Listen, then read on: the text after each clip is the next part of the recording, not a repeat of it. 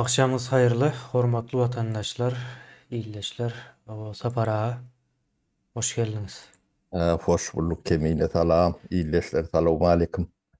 Buyur Kemine.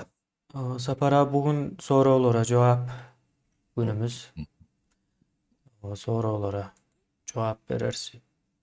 İyleşlerimize bir üşüşýänçe. Yarım saat gündemdäki meseleni gürleşeriz. Esasen bizim Türkmenistanyň gündemine değişli olan meseleler gürleşýäs. Onun daşyndaky hatta Türkiýanyň meselelerine giremiz yok. Yani yer titreme, ulu bir bedbahtçılık olmasına varamaz. Mesela bizim öz bedbahtçılığımız has ullakan sapara. Bugün hem nemenin gurum ne ders? Putin'in başına gelenlere sapara. Putin'in başına gelenler bizim peydamıza balonluğu için gurum netmeli olyas.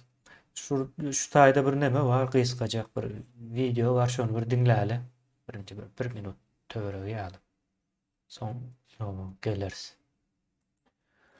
А начинаем мы наш выпуск с главной новости к этому часу. Международный уголовный суд в Гааге выдал ордер на арест Владимира Путина и российской уполномоченной по правам ребенка Марии Львовой-Беловой. Сегодня, 17 марта 2023 года, Международный уголовный суд выдал ордер на арест двух лиц в контексте ситуации в Украине. Президента России Владимира Путина и уполномоченной по правам ребенка Марии Львовой-Беловой. Они предположительно совершили военные преступления, депортировав детей из оккупированных территорий Украины в Российскую Федерацию. Решение Международного уголовного суда уже прокомментировала представитель российского МИД Мария Захарова. Для нашей страны они не имеют никакого значения, в том числе с правовой точки зрения, заявила чиновница. По данным Национального информационного бюро Украины, россияне депортировали не менее 16 тысяч украинских детей, из которых удалось вернуть только 308 человек. Sapara, Putin bizimkilerin Putin ağalarını tutmalı edipdirler. Şeyle bir ýagdaý. O näme diýmek bolýar, o halkara cenayet sudy beýle zatlar edip bilýärmi? Putin'i tutmaly bolsa nerede tutjaklar, soň nerede sud etmeli buna? Gatykän mesele bar, o bu umumyň näme diýmek bolýar? Şonuň bir gurrundy deli saparasy. Bizimkiler Putin doğru, Putin güýçli diýip ýaşap öğrentirem köp böyle. Yok, devlet Putin, devlet oğlunun değil, o bir işle yapıyordu. Görüldü. Yani Gaaga suudu arada aydıp bersen ayday, deme. Gaaga Aydı ver sen ayday. Gaaga suudunda o şu yankı aýdýaly çağalary, ýene bir neme barda bu taýda halkara kanunları kaziýeti diýip aýdaly. Halkara kanunlar bilen esasen gyzyklanýar we dünýäde köp ýurtlar şoňa gol çeken, şoňa goşulşandyr. Hatda Orsiýada hem şoňa goşulşandyr. 123 bu taýda ýine halkara derejesinde bir jenayat işlenen wagtda şol sud karar çykarýar. Ýani tutulmaly, getirilmeli, sud edilmeli. Yani sud etmek üçin tutsak karar çykdy şu wagt. Şeyler bir neme. Yani tutmalı order. Tutma order diýilýär. Yani bu taýda eden jenayat hem Ukrainada, ýene Ukrainadaky eden urşy däl mesele. Ukraina içindäki çağalary gaçyryp Orsiýada getirmegi. Onam özü boyundan alıp da ekranda ýalňyşlylar öýdýän sapara. Getirip o ýa-ni näme diýerler bize? Çağalyk edip aldy. Öwe çağa edip aldy. O senem kömek etdiň diýdiler. Yani Belov. Yani diýe familiýasynda bir aýalyň familiýasy var. O Belova diýeli iksan bir neme ýetgeşik. Leo Belova şonuň ýaly. Soň onam o ekranda aýtdylar. Yani ullakan bir iş bitiren ýaly diýip aýtdylar. O men halkara kanunlara ters gelýän ekeni. Şo taýdan bularyň suutlu ýagdaýy emele geldi sapara oýny siz görüňler bu suudun Demek, netije. bu bir yani Putin'in eden günahı mır kän yöne gizcik demeden başladılar. Bu başı bu işin üstüne entegem köp zadi boşorlar. Yuvaş. Ne bu halkara nemesinde rezonanti gati ulu ortadan içine de gati ulu olandır. Ne hilek biz bunu prezident edem yok diye de yani gaga tuğdunun erişeniyetini biz prezident edem yok diye de 123 devlet bunu prezident diye Şotayık çıksa o Putin'i yakalap şu gagayı vermeli. O yürütü koy kosa adam var. Yürütü saklayan yerler var. Neme hükümet çalışayında yani Ukrayna nemede o ortiyette täze hükümet ya Putin täzeden hüydetmeli şu bildirilen nemeler boyunca ya da bunu şu gaga halkara suuduna tapşırmalı. Bu näme diýmek? Putin hiç wagt bir ýalak pentiýe çıkyp guljaga dekip görmez. Şondan mahrum bolup Putin. O hiç wagt pentiýe de çıkyp bilmeýär.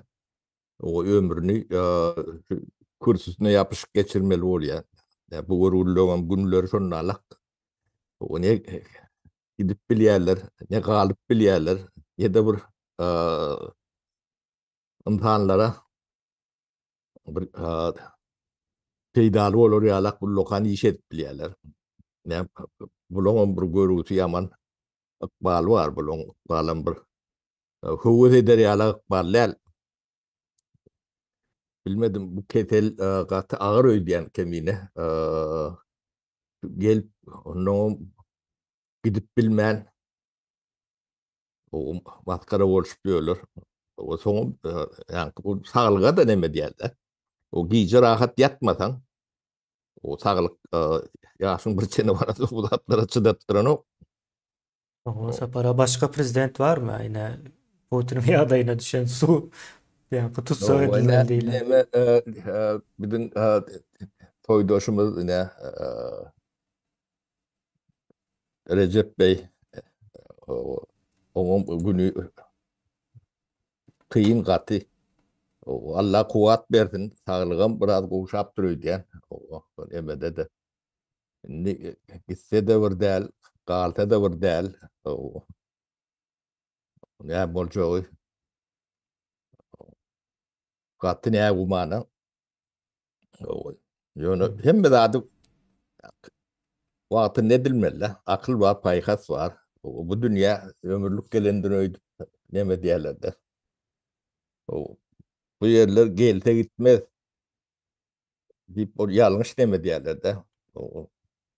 Gitmersiň bolmy gidirýärler. Gidirende de elbet gidirýärler. Ya Putin daş töwereğine yani yurdun içinden yani ortadan içinde Putin tüýde edip bilýän ortalar o beýlekler var töwereğindekileri. Olara rahatam neme şolara gaty ullokan mesaj berilýär. Ondan Putin eýen bir yani zäherli diýen ýalak adam o nibulen Şu ýanyna barsaň bulaşýar da. o Geçiyor, ýanyna yok olmuş. barmady, demetmäli pikirlenip etmeli bolýar da. Yani bulaşanyňa degijek mi, degijekkämi diýen kontakty. Ne bizim demelerimiz var, ne o bizim iki kelleli dowlet iki kelleli boldy. Ya da duaya biz vlast demi. O ikidem o elinden ordinal bölünü ordinin nemesini hazavatını Türkmen halkının önüne vermeli olur bular. Ne o kimden ordinallık. O bakadı ne açedi. O Putin üle nemen var. Dilen nemeni. O hatap soru olmalım kancan vakit gelene. O yadından çıkarman yaşlar ne sülori. Şu soru o da çekin. O galen etmişlerim. Kendi rolünü onu. Neme adımlar ya yollar birinci adımdan başlayan da ikinci adımlardan nevşi yani Ukrayna'da bolyan uruşun bedbahtçılığını gödöğünü getiren de bu bir küçücük bir bölücü de o ağır bu da bir neme dağıt bolun yani şundan başladılar bunun ne sünnüklü finişe getirdiler de o katı neme Ukrayna uruşunun nemetinden ulu bir yankı. Yeni şialak bir neme. Ben bunlar Ukraynalıları kutlayan da bir yenişin bir nemeti. Başlangıcı hem de o birinci adımlardan başlayandır. Onun bu ortaya düşün sonu var da ortadan dargamağının en ulu signallarının birisi. Ortalar Putin olmasa o Rusya'yı ne ettik deme diyorlar da. Şu doğru kendi yalnız mı? Yani şu doğru olup çık yani. Bunlar hem bedbahtçılıkları dilep çağırıp getiriyorlar. Ortalıkta bir alem bunlar. Şimdi Putin'in bolmacağı o katı neme. Keskitli. Bu arada ne başka lokan demedi oturmalı adamlar yani YouTube'dan da hatta dinleyenler ne diyorlar onlar halkara Suudi demedilen Putin birinci değerler o yani Kaddafi vardı Afrika'da bir tane neme vardı Putin'in önkü dostları diyelim. onun Yugoslavya'da Milošević halak demeler var onu yani Gaga Suudi işler bu Frogdavn'ı diye de yani mühreti yok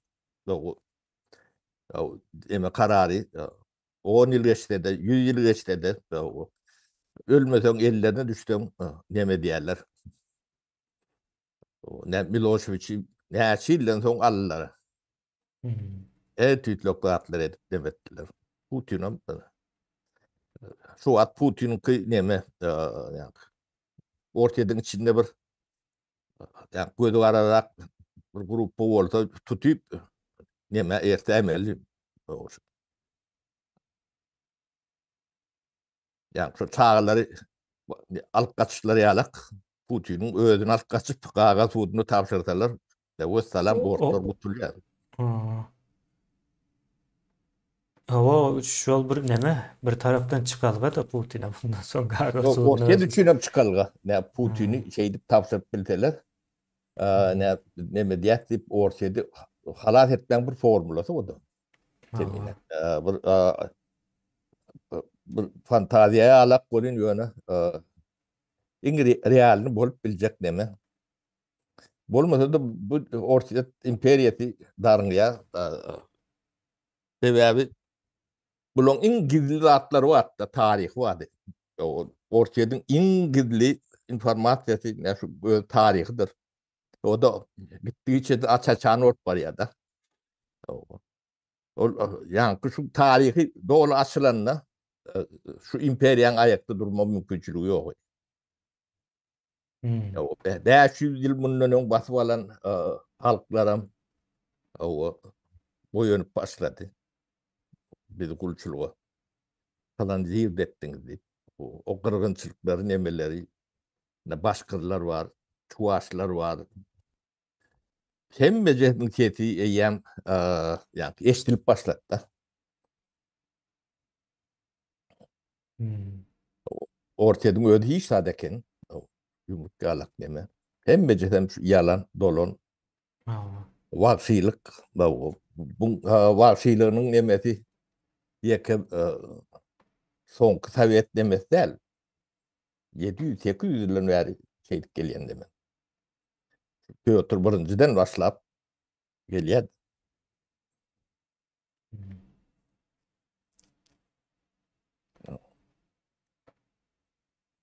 Soraglary geçiverelim. Hava sorulara geçiveririz. Mümkün emede de soraglar vardı käsini jogap berip bilem dok. Soň ýa da demek.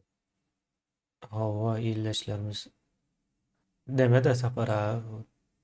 Yoş yoş kız yara bizim şeyle ekran başında birden kızmakayım. O sapara yankı bu näme diýil ya bir ýurdun bir milletin awraýynyň düşüşde. Sen bir prezidentin var onam o yankı tutsa etmeli diýip suutdan karar çykýar halkara suudundan. Näme bolar ne? Näme diýerler? Hiç haçanam o yankı aýdyň haçan aýtdy geçen ýyllarma bir çykışda. Hiç haçanam bir seni maskara edip bilmeýändiňi özüň maskara edip bilýän diýip. Näme aýtdy hakykatdan hem şeýle hiç kimem hiç haçan seni maskara edip bilmeýär ha edýän zady tökmetdir. Tökmed atyp bilýär. Daşyndan maskaralamak diýilen zat ýok. O maskaralanmak özüň edýän ona. Orset ine şonu edip bildi. Eğer şu maskaralamak diýilen zat bar bolsa ors şonu edip görkezdi. Bu soň indi biziň nemämizem gaty Putin bilen baglanyşykly o tarapy bir hakykat saparaga. Putin gitse ente köpsü ýa-ni köpsü diýmeýin belli bir gatlak var. Onu düşünýän, onuň aşaňdaky gatlaklary hiç haýsy düşünen ok. Putin gidenden soň ýa köp zada täsir etjekde ýa-ni akyldaky insanlaryň beýnindäki, düşünjesindäki nemeler var. Böwetler var. Şolar aýryljak. Ýa has arkaýyn hereket edip başlajakda. Ýurdun içinde de. Kemine yani başka da arka gödlüye ol arkadan gitmekçi o da olurum yolcu. Oğlum Türk Konseyi'nin nemesi mi? Soralarım var ya şuna değişil Türk Konseyi'ne değişil. Olurum Abbas yolcu diye. Ara sapara şeyle yani çıkalgaları yok. O belli bir gatlak var onu düşünýän, onun aşağındakiler entek düşünen o biz aýtsam inanmazlar. Yani Orsaýa da gitmän diýip soňky döwürler Orsaýa köp gidilýärdi ýurdun daşyna çykmak üçin. Yani çıkmak o gowzat şu at Türkmenistanyň için onu düşünýär so ýagdaýa kyn ya hakykatdan birazrak kellesi işleýän adam üçin o hasam kyn Türkmenistanyň içi. O ýöne çıksaňyzam Orsaýda çykmajak boluň sebäbi uruş Orsaýdyň içine sıçramagy üçin eýän planlaşdyryldy. İçinden demediler. Yani üstünü Ukraynalar çöp barmaz. O içinden yağdılar. Yani. Hava İyiletten yarılacağın belli değildir. 20 tane yani devlet diyalog neme var içinde. Millet var. Federasiyalar var ama. O. Bir kalan zihirde ettiğiniz deyip görün. 20 tane dişini zat görün. Neme millet ne oyun başlattı. On haydi ömürtü oyuncu belli değil. Yani içinde o bir başlasa soň kyn hem ýollar ýapylar çykyp bilmersiniz hem içinde o gaty wagtçy Orsaýdyň içindäki halk o kanun ýene näme gorku zatlar aýrylsa saklap bilmeýär. Edil o Türkmenistanda da değişdi. Derde bir zat var. Şu wat orsun edip görün dady. Gaty aýlygaç dady diýdi. Onu adamlar düşünýär.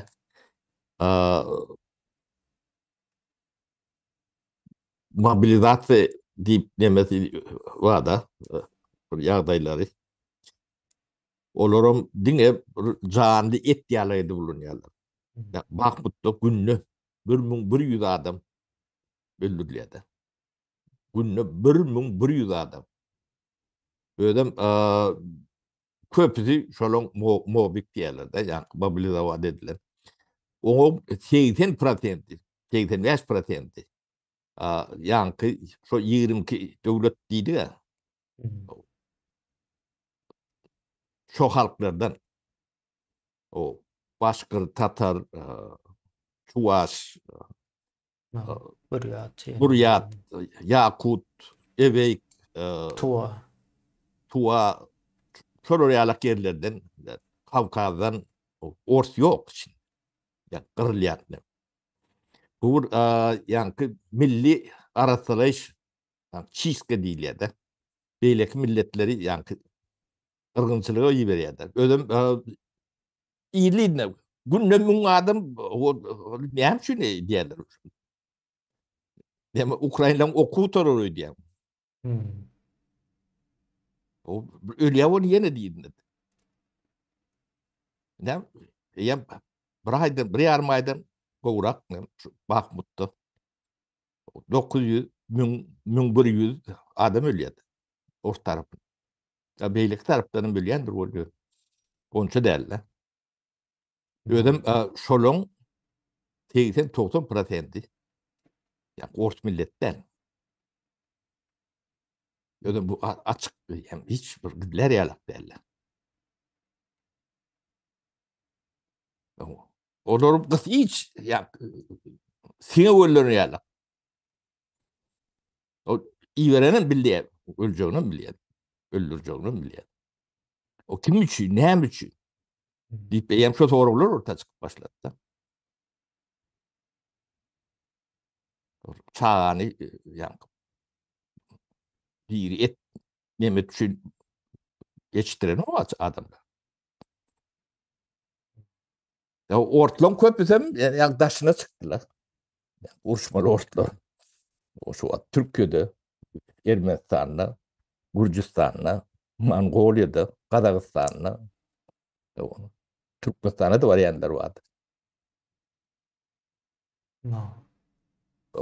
Tacikistan'da, Özbekistan'da, Kırgızistan'da. Ors, yani beylik milletler açık bilen o. Onları yakalap iyi veriyorlar. Ulan ediyen de atlar hem mi? Kata çaçan. Utanç deme de yok. Haya da yok. Ne şu da atlar Ors'un içinden yağaracak da atlan nemeti. Ulan ödleri. O elbiyle ne diyorlar da. O son yine aytmadı değil mi? Yine aytıp geçeli yayradım. O şeyle edip bilseniz gitme. Vaatlayınca yani o yurttan başka yurda geçmek için belki ulanıp bilirsiniz. Yani en kovusu şu an Türkmenistan içinde kalmak. Vaatlayınca yani O Türkiye'nin Türkiye'nin nemeti açılır. O açarlar.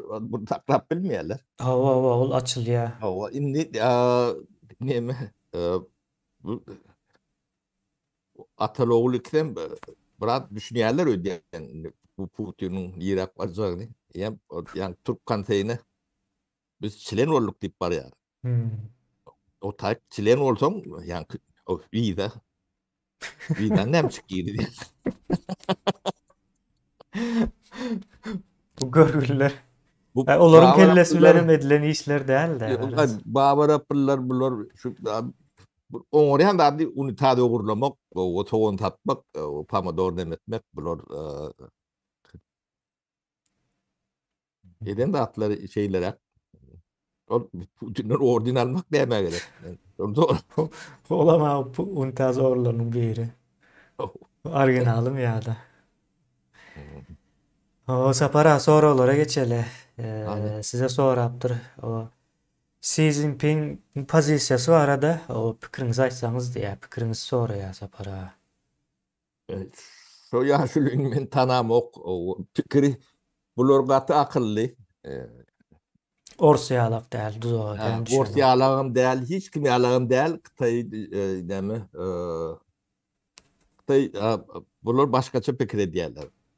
Yöne si imperator şu at son nemelerini panlamoçuların aldı. Yani Kıtay başı oldu şu at. Ha. Bu padişahları Kıtaylılar Urşavan değil hiç vatam yani başka bir devletin üstüne çolup gören yeri yok. Yani sonki tarihte eşitilen ok. Yöne bulon yolları yani ticaret bilen köp daha ele geçirýärler. Yöne bu güýçlü döwlet Amerikadan soň ikinji döwlet isleseler islemeseler o köp nemede ösüşleri ýokary bolan soň öňüm demesinde ýene bir ýyldan ýarym ýyldan Amerikadan geçmegen mümkin bolan ýöne teknologik neme däl iň soňy bagly yani hem bağlar Amerika Xitaynyň uly partnerleriň biridir. Onu iki tane süper güýç biri-birine partner bolan soň o deňeligi saklabar bolýarlar da. O reski nemeler bire garşy edip bilmeýärler, etmeýärler, peýdallarlar. O hemme daşa nemesinde ticaret bardyr, hatap kitap götürmese ýalňyş hereket edýänlerdirler. Gaty bir neme suçu bolaýmasa. Xitay Orsiýedy özüni tabindirak etjek bolýar, onu görüp dur. Şu wagt iň gowşan wagty, mätäç wagty. Xitay gaty mätäç. Ýöne Xitayam kän goloýlap bilmez, sebäbi ýitirjek zady kendine. O ýani orsun dolu tarapyny alsa, o beýlik tarapdan taviz vermeli bolýar da. O da Xitaýyň peýdasyna bolmaja görünüp durda. O Ýewropa bilen Amerika bilen gaty uly tüjari hajym bardyr. Onu orset 5%-den doldurmýar da. Şoň üçin gaty deňeli nemeli tiýatrat alyp barýandyrlar. Xitaylar gadim döwlet bilen nemeleri tejribeleri uly bu demede. Yani uruş hiç kimin peýdasyna däl.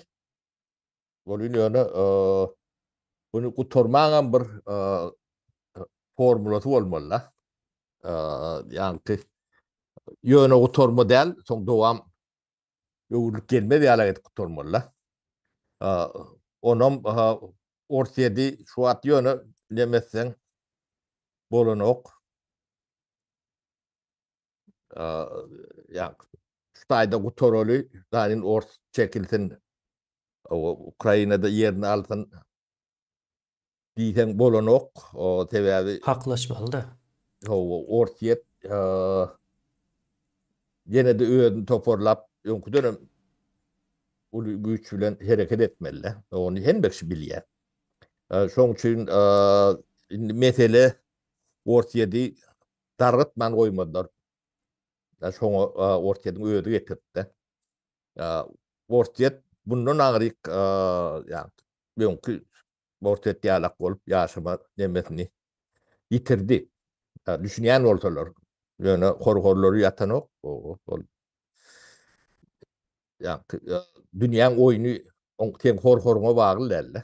Yani horla ber, horhor nemedi ber, ýöne teň içiňi bagryny 10 ýylda näme boljagyny çenli hatap kitabyny göredip bilýärler de. Şoň üçin Orsiýet dargamaly. Bunu biz urşy entek başlama kanamaýdyk. O diýilse Orsiýedem gidýär, Putinim gidýär diýip şonu Putin howlugy etdi özüm. Biz beýle bagym bolaram ödem ýoktuk bolýan ente.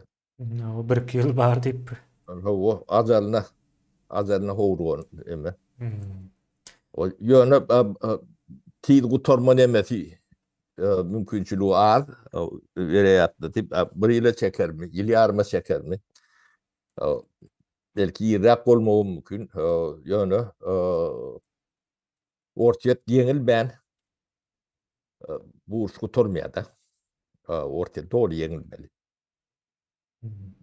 Yengilmeli. Onun bu sanıkları ayırmadılar. Köp vakitlap onun getiren uçtan çekilendi yani ödemeli oluyor da ortiyat. Onun ortiyatın şu yağdayına hiç vakit ayağa almadı diyenle mağetiriyor da. Hmm. Şoň üçin Berdi Muhammed beýem neme o O Türklerine sonra var tabi eken separasyona mı o kayın geçingine. Putin'in o yerine başka bir ha yok o değil eken. O sonra o kayın sonra alayar sizne o. Bizim ağlasamsık indi bildi diye Türk Birliği'ne girecekmiş Ukrayna halkına kömek veren bolýar diye. Bu ne hemen alamat deyipdir. Hmm. diyeme o bir aydiyandır. O da bilen aydıpıyor tabi. Bir değerli O açandan her yani aydıp gelip. del köpten ver aydıpıyor. Bağlap diyor mu giyecek orsam giyip o. Yani kila bollu aydiyan. Yöne girenin bilenem köp zat üýtgäni ona maýdaly separa. O. Ona maýdaly. Yo entek yani Türk Birliği'nin bir iş nemesine real nemetmek için altyapısı katı kan iş o çıktıcı iş bilgi bir yıl, 2 yıl, 3 yıl çeker. Yani altyapısı bilen işleşen nemeleri bir kan gıynatağım görüp bilem yok.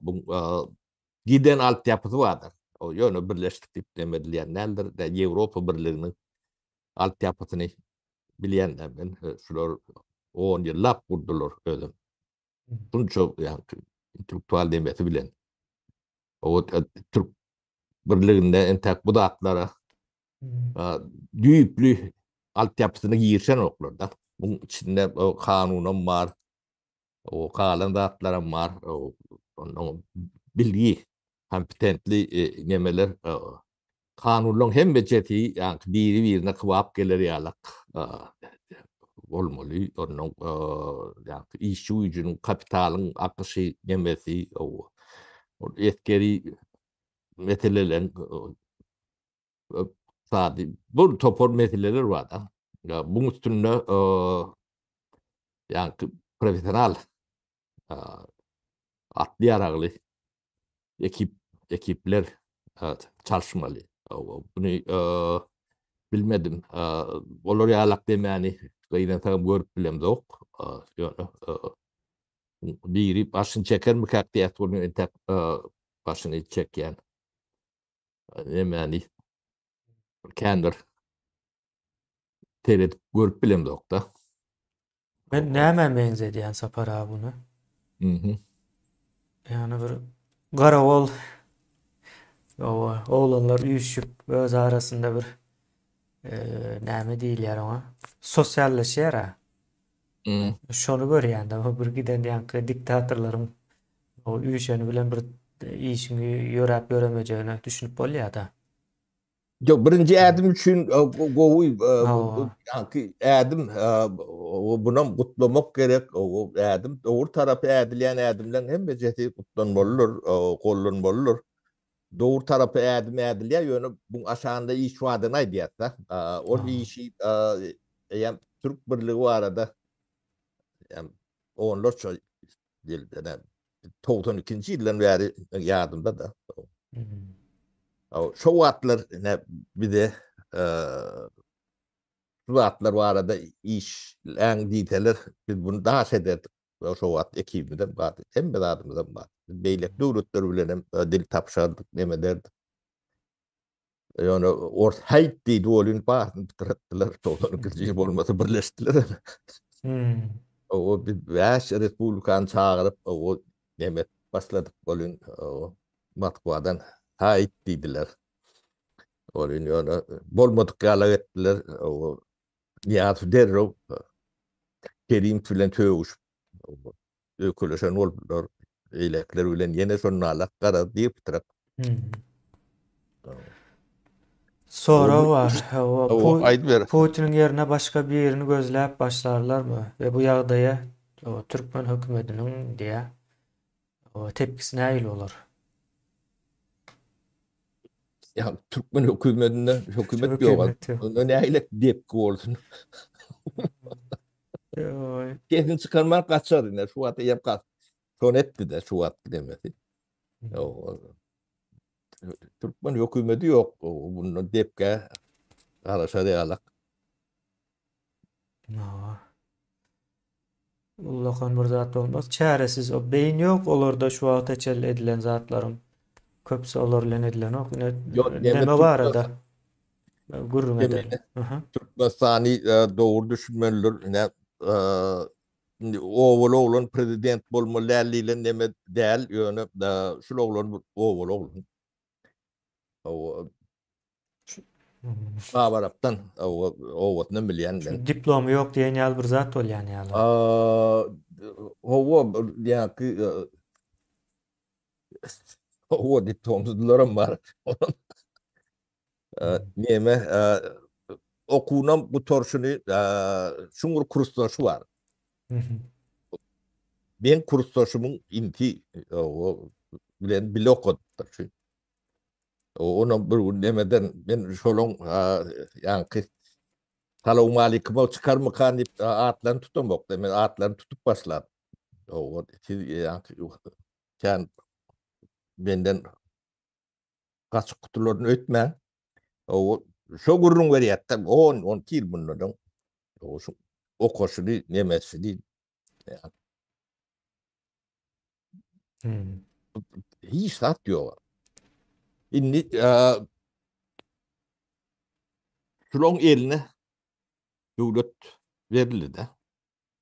O nihayet verilini şimdi ödünüz bilýänsiniz. Töwerüni de ödi ýalakda diýildi. Indi sizin yani Türkmen'in abat bir zady galmalylar. Galanam däldir. Ben de içine girmesem hep şunu aytıp bereyim.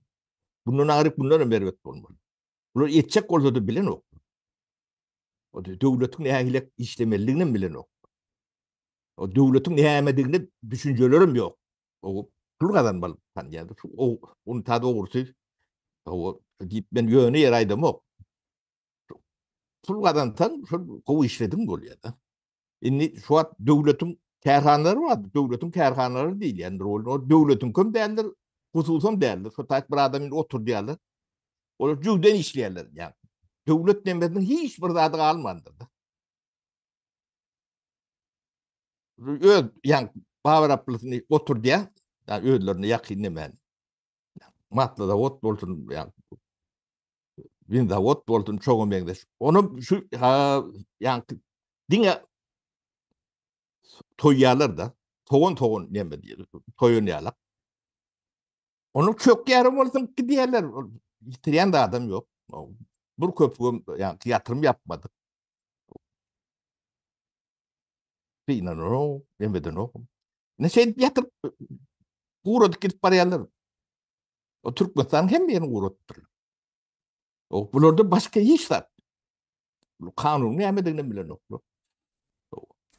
Onun kanun gorumaly adamlar bular beýle bolan soň bular näme?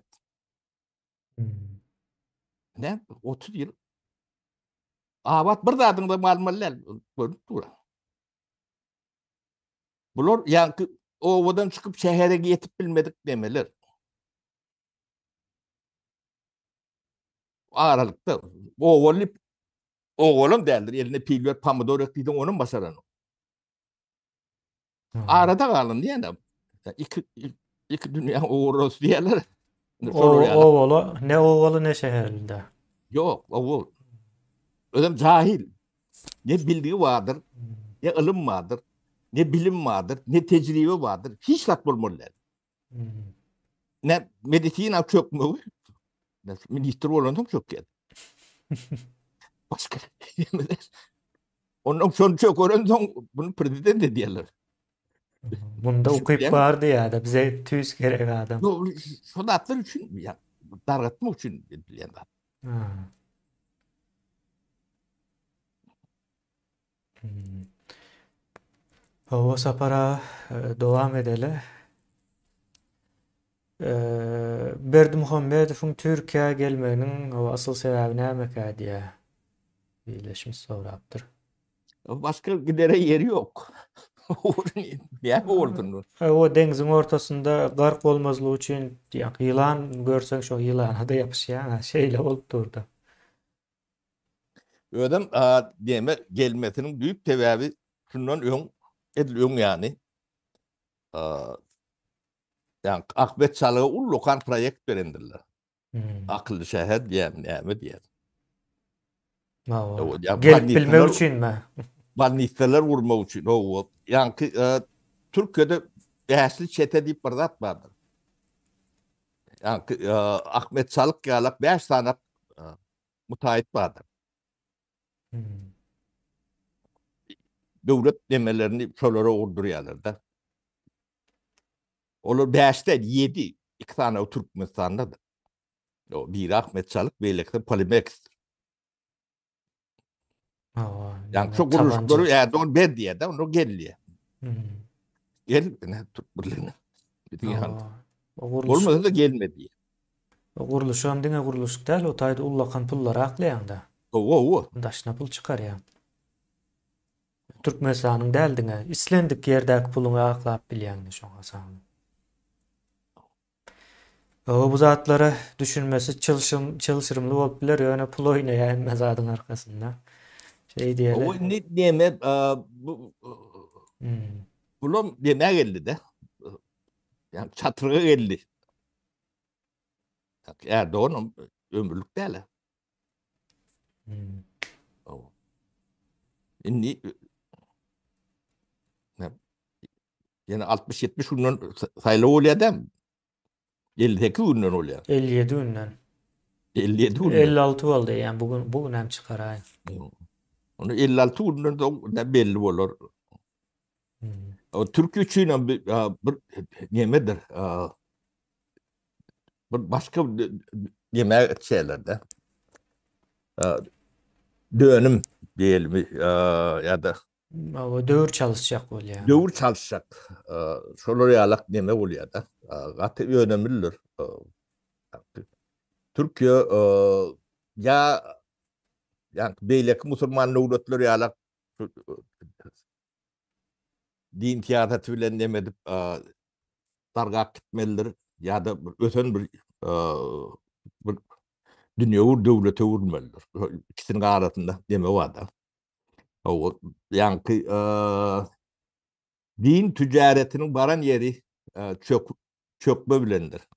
Yani bunlar dini tiyatratta ulunyalar bu katı ervet dağıttır. O dinimizi derece yetiriyen olsak demek dinde problemi vardı ya da sonra ulunyalarda da o din devlet demesinin içine girse o bu dinle oğlu için giriyendir. Din bilen tiyatrat bir yerik barma demesi yoktur. Bulun hem mecesi o dini siyasete demediyenler hırsızdır. 100% onu hiç demedik görme. Bu zatlar katı belli zatlardır. O dinin yer başkadır. O devlet dünya olmalıdır. Liyakatli olmalıdır. Liyakatli demek profesyonel. Bilgili. Yani din bilen devlet İkisi başka zatlar garaz. başka düğünden başka zatlar. Düğünden başka bir zat sen o dini devletin bir sütünü yağlak görüyen olsan o yani töverini kaldır vermeliğine. 5 yılcık oldu Türkiye'nin yağdayına. Seyredin görün. 5 yıl oldu. 5 yılın içinde yine ne diyen ekene. Onun emedeymenler ne Müslüman devletleri vardır. No. 50 tane Müslüman devleti. Bir Japonya veren önümde verenlerdir. No. Ne mümkün yine. Yo, 50 ben saniye. ile 1,5 milyar da adam. O 1,5 milyar milyar adam. adam 180 milyon mu? 110 milyon deme. Ha 110 milyon mu Japonya? O Ha. 110 milyon adamın şeyle mi kendin 110 120 olmalı. o şey deyip hesaplalı para. Yani 180 olsa da kendir zat ütköden hop. Mesela O karşısında 1,5 milyar adam var. 1,5 milyar adam. O Japonya'daki o 110 milyon adamın demesine kavat gelip bilen o. Pes. yok. O yankı niye mi? Son ediliyelisi olmasa yani Gallan devlerin denk 16-18 milyon halkı var. Gallan. O. O 41 bin kvadrat kilometre teritoriyası var. Hmm. O niyede de 50 tane yani bu Turman devletinin veriyen önümünü veriyor. O. Ne edip mümkün bu? O değer mümkün. Ha bolya şey diysen ama o bir san Müslüman, iki san Müslüman yurtta bolup biler beyleklerinde yoğum deyip bolan nokta. Hemmes şeyle. Hemmesinin probleması bir. Yöne buna sapara bu Marokko değil de yine şu töverekdäki ownuk Arap yurtlar var ya, olar düşünüpdir. Yani O problemalarına. Yani Türkiye'nin o 100 yıl bundan önce geçen yolundan geçip durdu. Yuvaş, sessiz bir ýagdaýda. Geçmesi alaşlar hem yok. Yani geçen yenişilen däp desturlar var adı gurmetlikde. Şu öz däpleri özlerine yüktüğüne düşüp başladı ne şu tarafta. o Esasen hem İsrail'in yani cühütlerin täzeden gelip yerleşmegi şol neme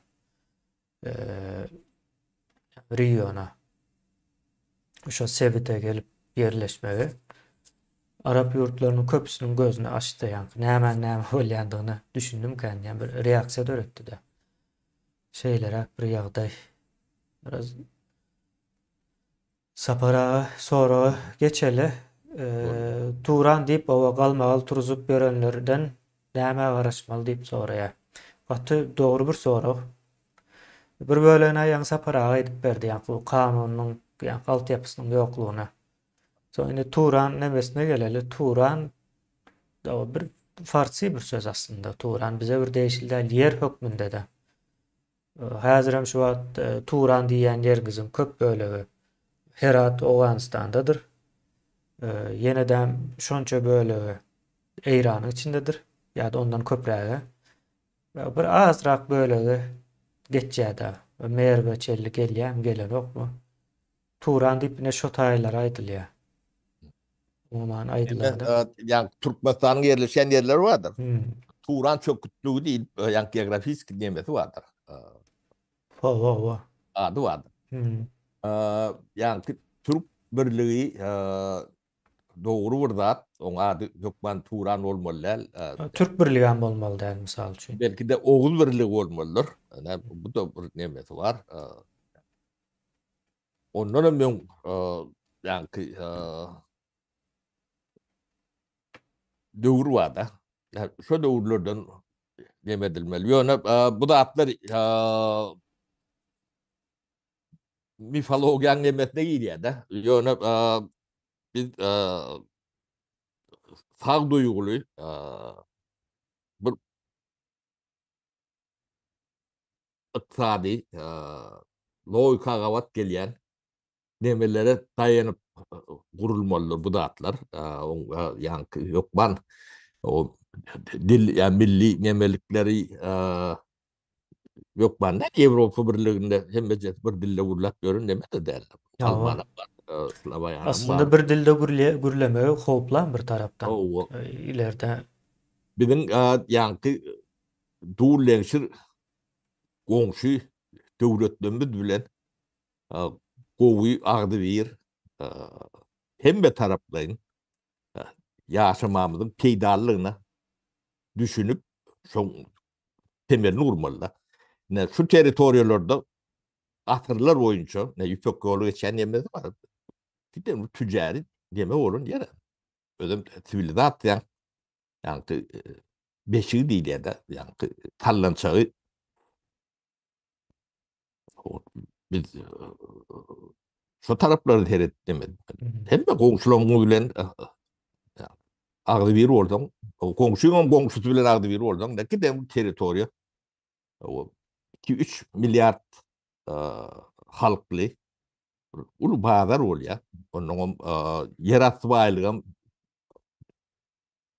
dünýädäki nemen 80-90% var ýa-da şokat. O günüň var, topragyň var, suwuň var, hemme zadyny regulýar edip bolýar. O Ýewropa bulan hiç bir nemesi ýok. Büyün urşup örenlerim var içinde. O Fransuzlar bilen Germanlar 100 ýyl mundan oň ýagdaýlaryny seredin. Ya İngilizler bilen Fransuzlar dönüp iqtisadi etkili birligi aklı bilen çözýärler. Bizim çeýtmeli. Iň bärki Skandinav, Däşstana Skandinav döwleti barda.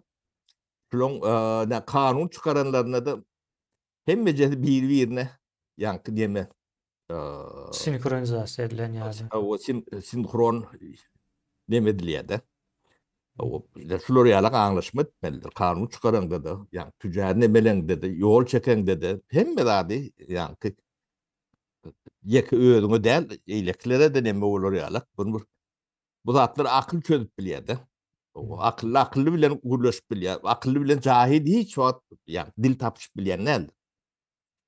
Şonuň üçin birlik gerek, ýani ol sen akylly bolany bilen goňşyň akmak bolsa neme de problema da. Ondan şu dini yani siyasetçilerden azat etmelidir. Din bir adam onun nasıl onun o bir yani devlet nemelerine karışmalılar. Yani hüyetler dinle tövbe nemet görünükler. Devletin içinde yoktur diye. Olmadı her ovada mescitler var filan çürkü. Ben apşikamdan görünüyor ustaydı. Yani devlet işine katışın yok. O adamlar da hellep görünükler. Yani beynini nemedip yani ya cın çıkarışıp görünükler. Bunun hem beceti neme şarlatan köpsi. O dinin yani biraz soğudunu varlak görsem ne Türkiye'de ne şey soğutan 110 muň mu? 110 mun. 110 muňdan imam bar. Doğru. Şolun 100'sü soğutul, alan soğutsuz. Doğru. Taydan dedi. Ödem vagın verýärler. Taş töwürü. Ay yo ullakan bir bazılar hem yo. O televizyona çıkıp o şu yer titremeyen nemesini emetip gördüm ben dinler. Hayran kaldım. Yer titremede ölen adamlar o günahlar aklanmak için ölenmiş. Onda öldüreli biz her yıl çıkıp yankı näme diye regular ne diýerler mi? İzi derler. Öldürüler. Yok bu dine bir yank hakaret diýilýär de dine taýgysyzlyk, hormatsızlyk bolýar. O şey deme diye sapara men bu son pikir maýdaýynda geçeli nowatda bu sonra olar köprä. Ya Turan birligi meselesi ne şeýle bir seredin bir ýa-da Türk birligi diýmek dogry bolmaz. Näme üçin diýseniz birinciden bir dil, bir milletin o bir yerde üýüşmege beýleki milletlere o düşman etme potansiýaly gaty beýikdir. Yani kontinental urşulary çıkarıp bilersin yani 50 yıl, 60 yıl, 70 yıldan soň. Bunun esasy nemesi bir näme diýilýär, geopolitika tarapyndan seretmelidir. Misal üçin birinci ýanyndakylar bilen söwda etmelisindir. Ýanyndakylar bilen söwda edip bilmek üçin kanunlar bolmalydyr. O kanunları hem ola boyun eğmeli hem sen boyun eğmelisindir ya da yerine getirmelisindir. Boyun eğmem doğru olmaz, yerine getirilmeli. Diýmek deň derejede olmaly. Bu taýda ýa-ni dil öňe çykan ok. Misal üçin aýdaly Tacikistan vardı. Asırlardan beri bir geografiyada o yaşap görse iň ýakyn gatnaşykda bolan bir milletin biri. Misal üçin o Türkiýe däl, ýöne goşmar mısın? Özüm suwun köp ýerinde misal üçin ýa-ni geopolitikaga girdikde sapara suwun hem köp ýeri. Orta Aziýany suw bilen näme edip biljek? Ýani Tacikistan diňe suw satyp ýa-ni baý ýaşap biljek bir döwlet nemesinde. Öňümüzdäki ýyllarda şeýle boljakda. Şoň üçin buňa birazrak has giňiş seretmeli adamyň ne Turan bolmalydyr, ne de Türk bolmalydyr. Saparaň aýdan Oğuz nemesi o gabat gelýär manysyndan many sebäpli diýen. Oğuz diýmek birleşmek diýmek. Oğuz sözüniň manysy birleşmek diýmek. Şeýleräk bir manyda bolup biler. Oğuz sözü şu regiona mahsus bir söz. Onsoň köp ýyllardan bäri. İnkar etçem yoktur hem de Hawa. diýenler. Ya, misal üçin Eýran o bizim köp sözümüz ulanýar. Biz olaryň köp sözüni ulanýar. Şeýler aksar etmeli ben pikirimçe beýle ýa ýagdaýlara. Yok, iqtisadi bäfit ýa-ni goňşun bilen sulh içinde ýaşamalylar. Goňşun bilen uruşup kazanacak tadım yok da. Öňkü döwürlerde boldy. Aklyny ýetmeýän döwür uruşmaly bolýar. Günümüzde sapara çağlar urşanok da. Ösen ýurtlarda ýa-ni. Şerden peýda bolýan bilmedim. Bu zatlara o bilim bilen bağlanışykly köpräk, eğitim, bilim, düşünjäniň ösüşü, dünýä garaýyş. Dowam eder sapara dünýäni ruslardan arassalamak, o dünýä üçin bir ziyan berip bilermi diýär. Ruslaryň dünýä üçin bir peýdasy barmydyr? Misal üçin senekleriň, çyýgunlaryň ýaşaýyş zynjyrynda ýer bolşýaly ruslaryň ýeri barmy diýär. Bilmedim. Bulara beýlek milletler ýalyk ýaşar ýörer. Ýa-ni adam ýalyk ýaşamalylar. O men senden ürsün, sen men hyzmatkarym bolmaly diýip ýaşadan o biri tumşuňdan. O. Ýeňe aşağı tozatyp göberýän şeýle bolýar da. Bulardan diýinjek bolup görmeler ýaşar. Biz o Ors milletine ýa-ni emesine garşy däl, olaň alyp barýan tiýatatyna garşy. Dünýä garşy. Ne diline ne genetikasyna garşy biz. Ýal tarapdan seyredemiz. Yok, ýöne berýän ziyanlary var. O şu ziyanlar bilen O ziyan ýöreler bermeli. düşünýär da anin ýanky dünýä ziyan bermedi ýalak. Ýöne bir Ýa-ni tarapdan hem sapara indi bu ziyan o bermezlik ýagdaýy hem ýok da bundan soň ýetip gidäýmese, dargamasa başga bir alaçy ýok. Ay adyny üýtgeder ýaşar ýöreler. O hiç bir demeti ýok.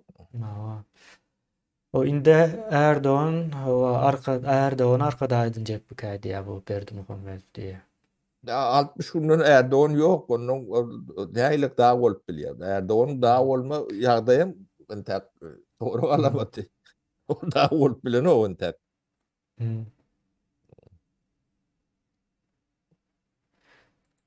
Hawa ýurt bilen birleşdim diýe ruslaryň tarapynda söweşip ýören türkmen kän diýýärler diýe. Biz hem aýtdyk onu, hatda nemänem çykaryp dokumentini çykaryp görkezdik. Alıp gidýän ýa-ni türmelerden ilkinji ofserler alypdyrlar da. Ona hem aýtdyk. İlkinji ofserler alyp gidipdirler. Ondan soň beýleklere gitmek isleýänler, şu Wagner'ınkylar. Bu zatlar yurda varan soňra o çözüljek meseleler. Ýalňyşdylar giden adamlar. Hay türkmen insoňam ýanky içinde bolany, daşynda bolany da bir adam ýalak ýaşap ýöreni az pagylar. Ondan ýa bäşmant berýärler diýip gidýändirler da uşa. Ýa ni dölemde näme diýip. Gynan ýa solun ýöne ýanky Babar bilen bu ýurdu ýetiren derejesi şondalyk. Bolmasa Türkmenistan ýalak ýerden adamlar çykyp gaçar. Yurdu millet terk ediyor. Yaşar Hmm. yalak bolmasa o terk ediyor. Keyfine terk eden o. Oo. Yona 30 yıl bundan yok. O sudatlar gödün ya demeni huşunu getirir yalak derdi. Mümkün değil. Şu güne düşermedi deyip mi? Yok. Mümkün değil. Yani siz hemen yitireninden bilen yok da. O tarihini bilmeden şeyli oluyor. O Hmm. büyük tarihin. 10 yıl, 20 yıl, 30 yıl bundan yok. Oo. Düğün olan zat Aras. O düğün olan da adam bilen yok. O Bavarap sindrom Ukrayna gumanitar o insanperverlik kömegi vermek hakkında karar aldı diye bu nämenin o alamatı ka diye. Bu nämenin alamatı. Bu zat yankı Türkiye insanperverlik kömegi verip gördü de gowzat eken diýenlerden siyasi nemede ulap bolýan bolsa diye. Siyasi dip pikir edýän bolmaklary mümkin. Ýöne ol sen näme diýerler ona? Birleşen Bir de Milletler'de o bir ses daha istemde verilişikde. bir zat etti, iyi verdi. Ama menem eştemok sapara Onun ýöne. yankı o dil bilen aydylan olmagy mümkün o. O- Vakti näme diýäni bilen yok. Türkiye'de gelen o var Ullakan zat. Ben hiç O nemelerinde gabat gelmedim. Türkiye'den bir ona Ullakan Mırzalı veren o. hemen Hı hı. O siyasi nemede durmak da. Yani şertler buna zorlaya. Bu ara alsa yankı teritoriyanam yapıp o halkı bu Bavarapıllardan akıllı bir zat çıkarıyorduk. Hantama olup demedik diyorum ben. O kendi karışmalı ortamı. yankı kellesi işläp o bir zatlar edýändir diýip yankı aňarsyndan bir neme gözlemäne gerek yok da Yani bir matlagat konspirasiýa. verende şey değil diyendir. Hmm. Onun bir onu bunun dik böğüründür. Aa, Aşağında neyem var, neyem yok. O zatlar bile. Ona düşünýän bolsa to vizany yak vizaly düzgün getirtmezdi. Türkiýanyň demesi. O indi onu ne edip yatıracaklar? Ne, son neyeme diyecekler? Bunu buralarda delillemeleme o. Kyn kelläň işlemese kyn diýäse para. O halkara suwdyň nä derece güýçlüldigini açykrak düşündirip geçseňiz diýe bizim izleşlerimizin köpüsü düşünýän o halkara suwdynyň güýjüne diýe ýa-da nämedigine. Neyeme dediğini ne aydı otuyorsan Putin ne sizin hudayınız yani sizin hudayınız derler bir Muhammed hudayı. Yani ne şonu yurduna çıkma diyalar ettiler. Çıktı yani order Aeroportdan alýarlar. o tutulmağa tuttuğa order yadılanıyor. Yani şolar yalap güçlü. O kıymıllata indi yurduna çıkıp bilmiyor. Hiç kim kabul etmiyor. Şimdi bundan sonra Berdi Muhammedov gidip talanmış bilmiyor. İndiden sonra orduna mı almıyor? Berdi de. Putin çağırdı da gitmedi. O korkan olsa gitmez. O Putin'im gelmez. Ne Ankara tüydünün gücü şu. O Türkmenistan'a vermeli. O düşür. Biz verdik o yani Türkmenistan demesinde yok. Ratifikatı etmedi, nemetmedi almadılar. Bir tayla verdik halka. Ruatlar bir kil iş edindik.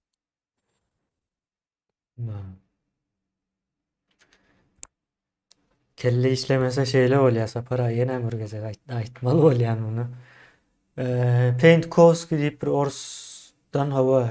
Orsdan çıkan politik vardı Amerika'da.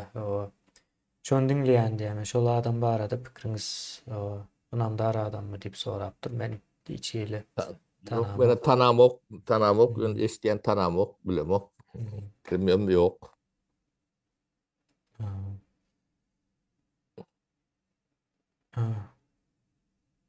Taparağa PNT'de gül akıtıyor. Pentkovsk gülün yani kendi işim yok. Bolun yok, vaktim yok.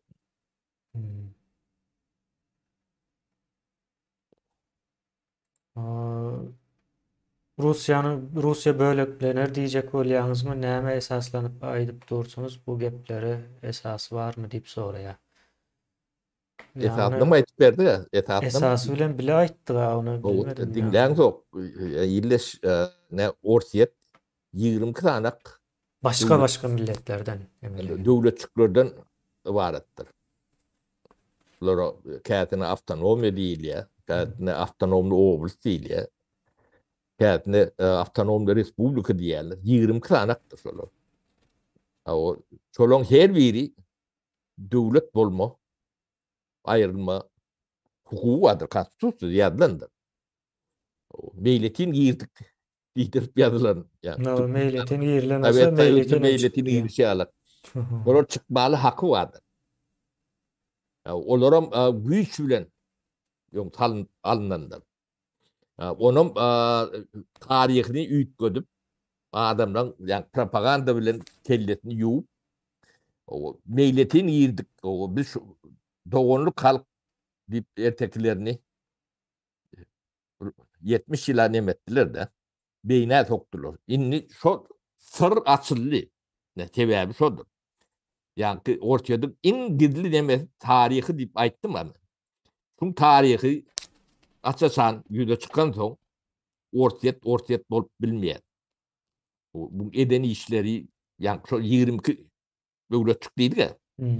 Şolar gan bilen gyrılıp o ýartyny 70% 60% ýitirenlerim var.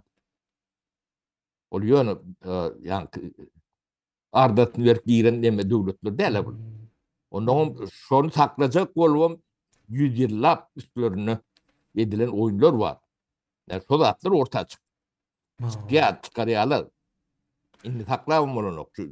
Yani sosyal şeýetler, nemeler bunu hasam nemetdiler. Indi bu zatları gizläwem bolanokda.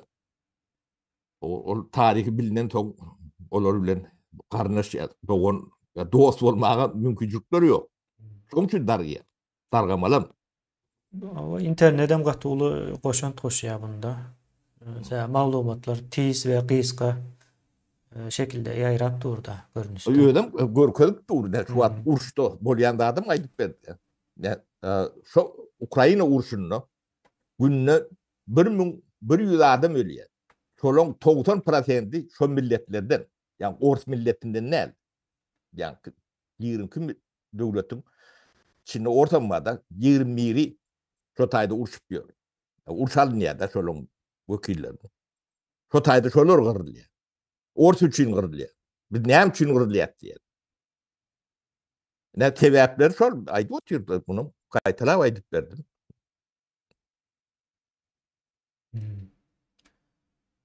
Kanagatlanım kan diyen. Yok sapara bizde şeyli işleýär.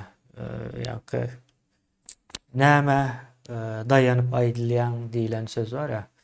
Bu bir propaganda habary ýa-da bir propagandist aýtmaly ondan soň. Şol men gaýtalam boldy. Soň şonda kabul bolýar. Sebäbi dünýäni başgaça görýär. Bu post sowet ýa şu Orsun elinden geçenler başgaça görýändir dünýäni. Şu wagt olaryň dünýäsinde Orset gaty güýçli,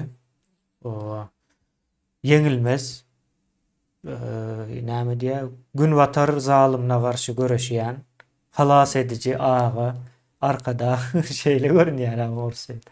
Ýöne olaryň dünýäsinde, o dünýäde kelläniň içindäki bir düşünje pikir. Yoğurup propaganda bilen nemedilip adamlar şu sebäp netije nemetini bağlap bilen oklardan. Yakın bir Türk günlemde şonu alap kantydy onu orsun içen şonu alap postsovet demen şeyler. Onu propaganda nemeti galynty entegler çyksa men ok bir knetildi. Çalsaýmasa.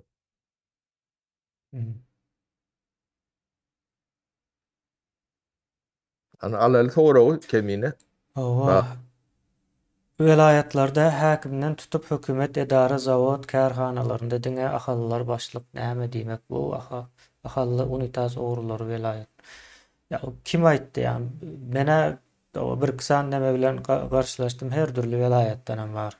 Daha şoğuzdanam nemenin başında oturanlar var. O öyle değil. O yöne şunun yal bir tarafına seyretmeli bu işim. O nem için yani zavodun edaranın yeni nemenin başlığı olmalı. O devletin bolup bilmeýär edara da yeni bir adam. Bolup bilen o.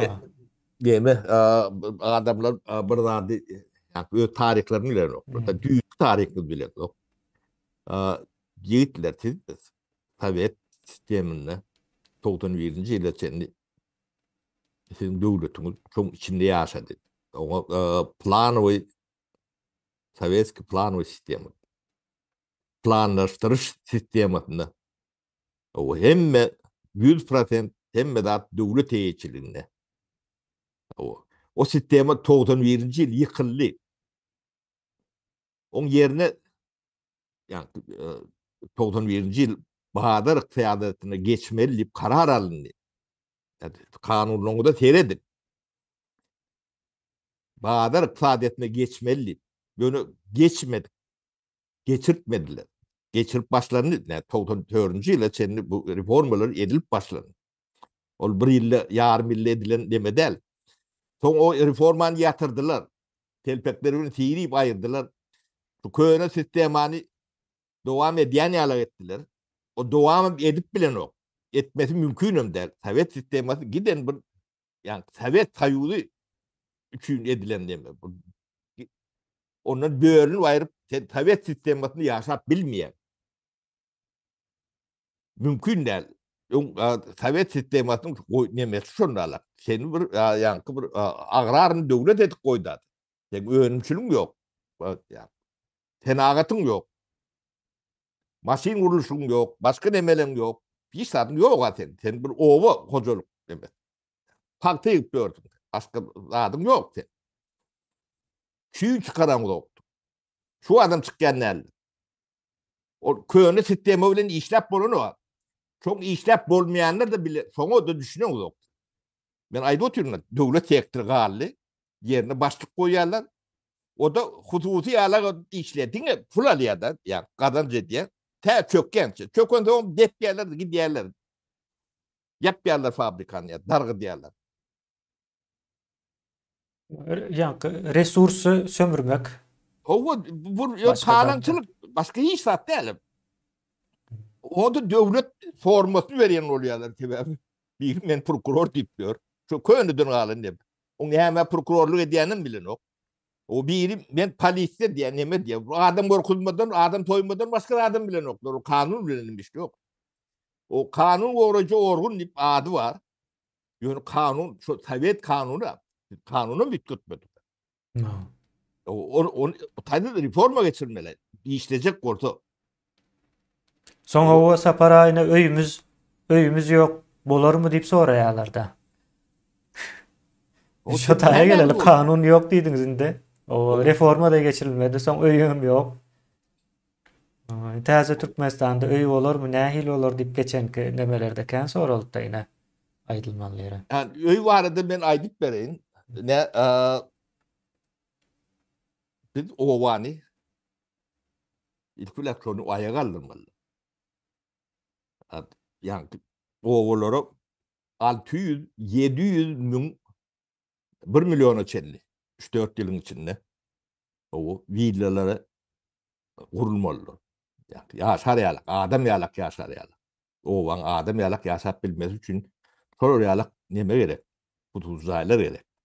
Ovada köpetası zaylar, o Türkmenistan çetinde. Yani su yok, kanalizasyon yok, işlep bilmiyor, yaşavını bilmiyor. Daha şoğudaki köpetası zaylarını seyredin. O tuvalet taşındadır. O su yoktu, bedire bilen çekkendirler, görüdür.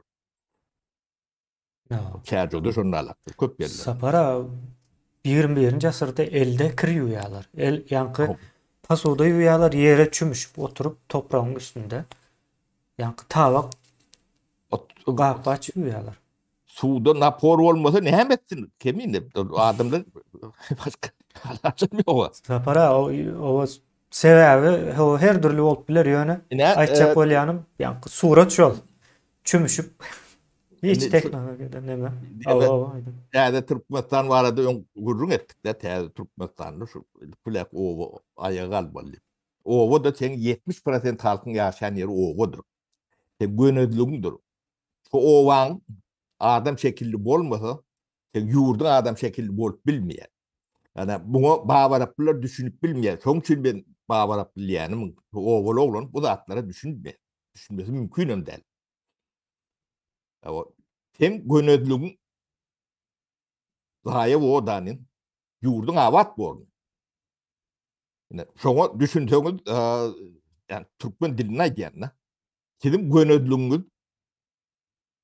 awat bolman, yurduňyz awat bolmak mümkün däl. Biz 30 ýyl mundan öňe şunu aýdyp gelýärdik. Täze owo dip programmamız bardy. Size altyapı ilk bilek çekip berdi. Planlaşdyrdyk. Altyapysynyň köp demesini etdim. Suw çekip berdik, gaz etip berdik, ýol çekip berdik şu wagtda. Elektrik hem berdik demek. Bu ilk bilek altyapy gerek. Ondan şu taýda 1 milyona goloy hususy jaý, ýa plon jaý, ýa villa gurulmaly. Oňam altyapysy gerek. Altyapı diýmek, ýa kerpiç taýdyň, tim taýdyň, asfalt taýdyň, beton taýdyň, sement taýdyň, bir topar altyapysy gerek. Onu ýön aýdanyň bilen, diliň bilen, ýa türk birligi, urduk diýenden alyp neme bolýar da. O altyapysyny etmän, o zatlar gurban bolmaz, ýöredibem bolýanda. Ne 600 min, 700 min, ya 1 milyon jaý diýmek, näme diýmek, villa. 1 milyon jaýyň 1 milyon sana giriş rapsy bolýanda. Onuň içindäki 4-5 komut bolsa, ýene 4-5 tane gapy bolmaly. Onu 5 milyon gapy bolýar. Sellem. 5 milyon gapyny ýatyrmak üçin näçe tane fabrik gerek? 20-30 tane fabrik gerek. Indi äpişkeň tara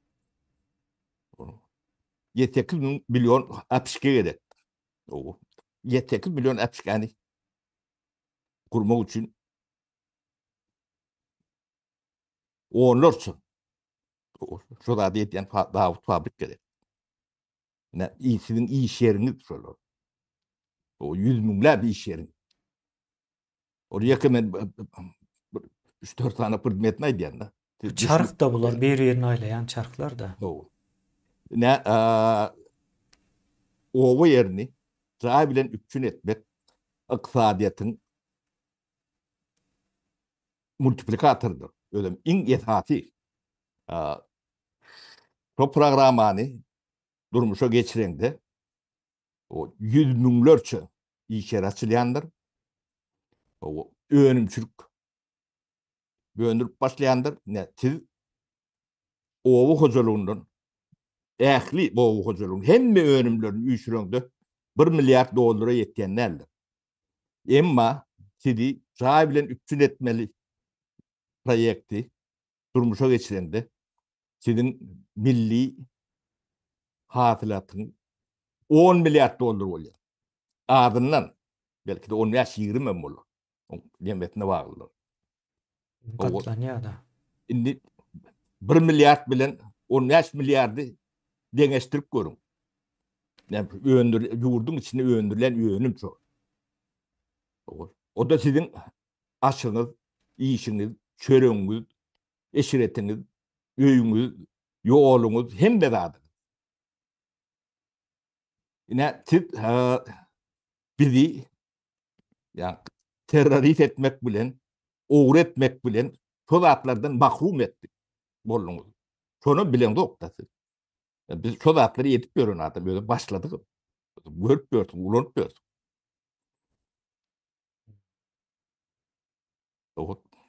Şuur etjek adamlar. Sizin her biriňiz villaly bolýan.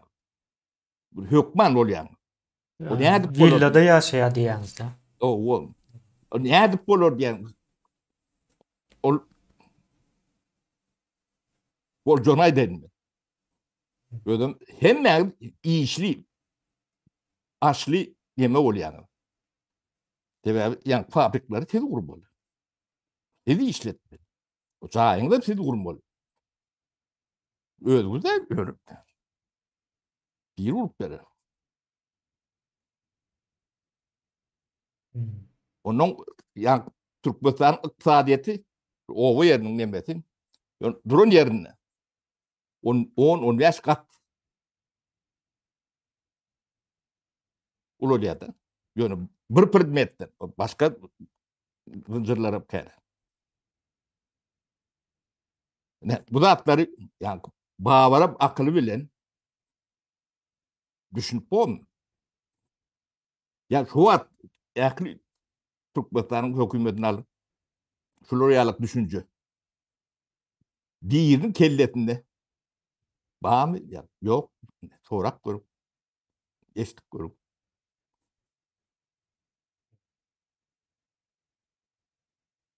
Ne hemen yitirip ne hemen kazananından bilen yok da. Ne tarihini bilmeden şeyler hep yağdaya geliyor. Yani şunu etmeden iyisi de olmalı. Hmm. Sapara o devlet demesi var arada o çıkış etmek gerekli. Bizim şu devlet düşüncemiz yanlışlığı için yani şu köp sorulayan soruların kuruluşu yanlış da devlet düşüncesi. Ama Şu yani arada da bir gurur eder. Devlet ne eder? O kömek eder mi? Ne mi zat bu? Sonsuz gücü var mı? Tanrı mı bu ne mi? yani diyen de adım da devlet eden o. O benim şuna edecek Yani, olyandı. Biz de şuna bağlı yani. Devlet şun promoçuluğunu yani düşüneceğini oturtmanı proyektine mi diyendir? Ara şey diyelim sapara ona. Kardinir de diyendir. Şu Yine altyapı dörü diyendir. o Regülatördir. şey diyelim sapara yine çağlar bağında. Çağlar o yani ata minmene gidecek diyorlardı. Yani daşarı yurtlarda var da yani Yok. yılda bir gezek iki gezek ata minmene gidiyorlardı. Ona hem yörüyte del çağlar şun islendiği için. Çağlar talep ediyor. Şunu edesimiz geliyor diye. Soň şu çağlar bağının işlemegine alıp barayan adamlar şonun guramaçylygyny amala aşyrýar, ýerine ýetirýär. Ýene döwlet şo zat aslında. Yani döwlet sana ýa-ni näme diýär, at nemesini ýetişdiren o. Atam başga birininki. Atam Yok. o taýda dur. O şu ata minmek isleýän çağlar ama etmeli işin çağları alıp şu atın ýanyna ata neme diýem, onam o taýda goýýan, ata mündürýänler hem başga, ýene sen mündüren o ata çağları. Yeme kemine bu demesinde başka bir zat getirdiler. O sebebi o şu atı görüp göründe atların hem becet bir zatın neticesidir. O nämen neticesi diýerler o tabiri yani köp oğurlayanlar oğurluğun neticesi. Yeni biri yeni bir zat. Bu neticesi ne? Siz köp kişiler şu an Türkiye'dedir. Türkiye'de mümlep olmasa yüzlep yani havar terişteleri vardır. O günne 7-24 o biri yapıldı bir demet elinde ama ekranlarda bir zatlar vardır. Şonu siz yatırın hem becetini bir TRT yani devlet kanalını koyun. O 30 yıl Türkiye'nin yaşadın yani bir kanal bile. Siz şu Türkiye'ni büyüğünün Floryalık Türkiye'ni görmüyorsun. Şu Türkiye'ni yeni 100 yıllarını düzedip olmuyor. Ne Türkmenistan şehittiler. Yani için yani haber alma, informat alma hukukundan halkı mahrum ettiler 30 yıl. Siz mahrum edilen toğunuz siz isteme. 10-15 yıldan son cemiyet doğru yarma diyemek doğru degradasyon oluyor. 30 yıl Floryalık izalyattan içinde. Yine sizin sonra öğret bilmeyenizden çok ben düşünüyorum. Ne için öyle sorular veriyorum. O siz informasyon vakuumun içinde yetişen adamlar. Onun näme üçün gerektiğinden bilen yok. O sizin göstmöňü düşün gerek. Sapara Bilmeli diňe owa umuma aýtmaly iş dünýäsän bilen o döwletiň İş näme diýeni. dünyası. O hem de sen kärin hünerin düşünem gerek. Özün geliştirmen düşünem gerek. Düşünceni geliştirmen düşünem gerek. Netice sebep diýen zatlara da düşünmen üçün gerek. Çağlara da sokman gerek. Yani 3 netili şular yok ettiler. Öýlerini öwürdiler. Yok ettiler diýmeýin. Neticeden öýleri alak bawarap ýatadylar. Şolong derejetini, öz derecelerini getirdiler. Sizin dereceniz, yani Berdimuhamedov'un derecesidir.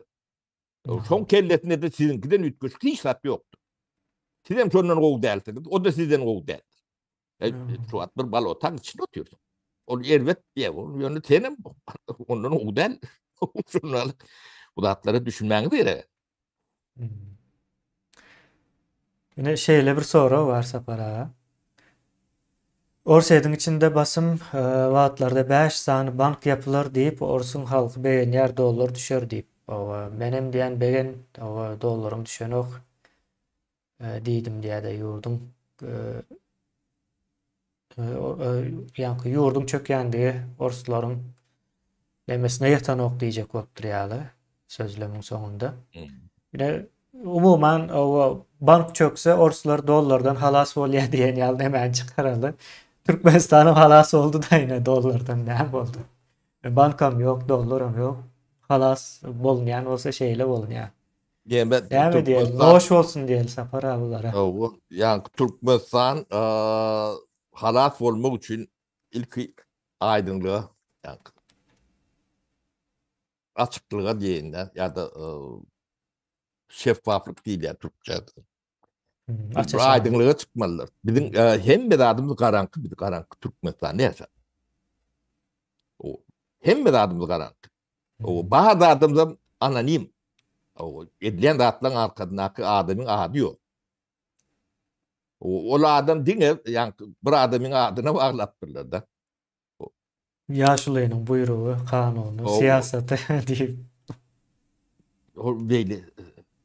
Belli devlet bolup bilmeýän. Biz şu an çadır devletler diýerler. Biz şu çadır devletleriň derejesinde de devletim değil. Biz bawaraplyň derejesindäki devlet. Bir bawarap demesi. Yani bawarap owaty bardyr. Bu kaça owadyr bawarap. İki tane köçeti vardır bawarap. Bawarap diýen bawarap lokal burada ötmüyor. İki köçeti var.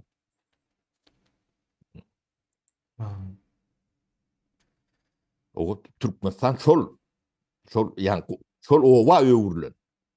Hemme düşünjesi demesem şonlarla. Başkarat bolubam bilmeýär. Sen başyňa şol geçer däni ütgüçük bolarsyň. O ayakta duran hiç tadyny tapmasyň. Şu adam ýok. O näme var? Alan da adyny eline ver. Ödem giyicik. Yani sinek ýaly problemany çözüp bilenlerdirler. Çözülür tez çödiyendirler. Beter bolýar da şonu çözen wagt. Ne pasport problemi. Şondan problemi etmek utançdyr.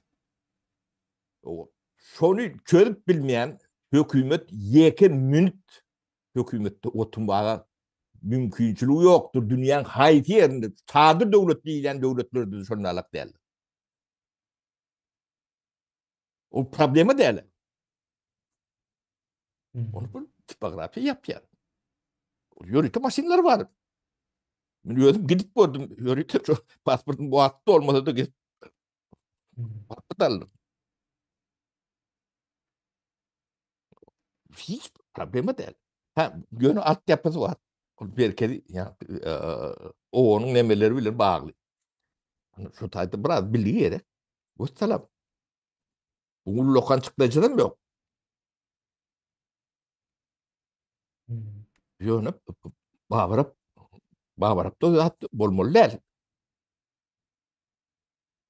Ya da erkin gatlap görün, yani ýurduňy wide çıkartmak. O tarapyny haýyş edip. Bu neyle kelle gerek? Yurtlara vize açtırıp bilmän yurdaşa beýleki yurda garşysyndaky yurda. Yo sen piyan bolongda da neşeden noyongda da olar ýalak nemeni haýş etmek bolunu bu. Baytam hasam köpaş diýersiň o piyan bolsam serhoş Dinlem bolsam. yankı Türk gorugunu iyi verecek gol ya bu da almayacak gol ya. Bu o tayda da giden maskaraçılık var. Kıyın. O sapara sorulara geçeli. Amerika'da banklar çöküp durdu ya. Nämäniň alamatı? O Çok yani alak gol çok. banklar diýip ullakan bank däl olur. Amerika'da bütün banklarda näçe diýdi? 4000 näçe bank varmış. Şolaryň hemmesindäki puluň mukdary 18 trilyon. 18 trilyon yani Türkmenistanyň içindäki ähli resurslar alın şondan hem köp. Türkmenistanda 12 trilyonluk resurs var diýip hasap edeli. Tutuş territoriýaňyzy alın. Yok o deme onu ben biraz dinledim, demettim, gıdıklarınım. Yankı yağda biraz neme spicilin yayınla borçlu. Yankı Batyan Bank ya Batan Bank nemedeki Kremlin daline değil ya da şu Amerikan startup nemeler var adına Google, Facebook, WhatsApp, girişimcilik, teknoloji ve girişimcilik. Teknoloji nemeler var. Sonra 80-90% şu bankta kendine. O bank hiç yani batsa da onu iyiye çıkarırlar. Yani misal için Anglia Citibank ben şu bank satın alayan neme verdi. Çoğun verdi ödem yani 4. oldu. Yok hep oldu.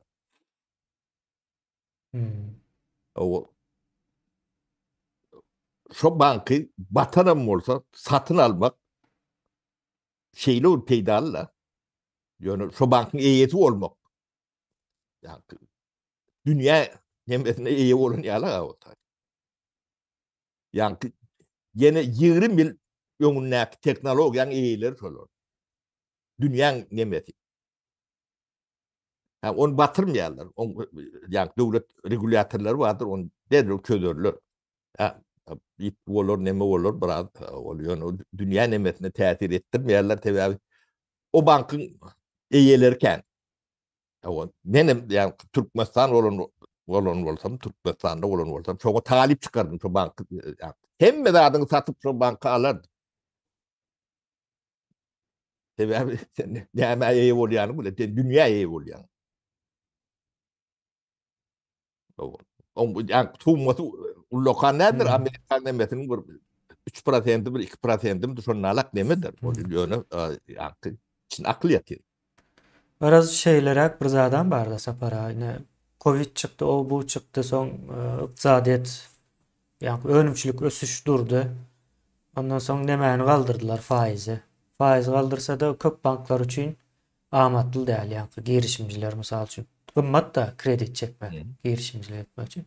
Çekmän başladılar.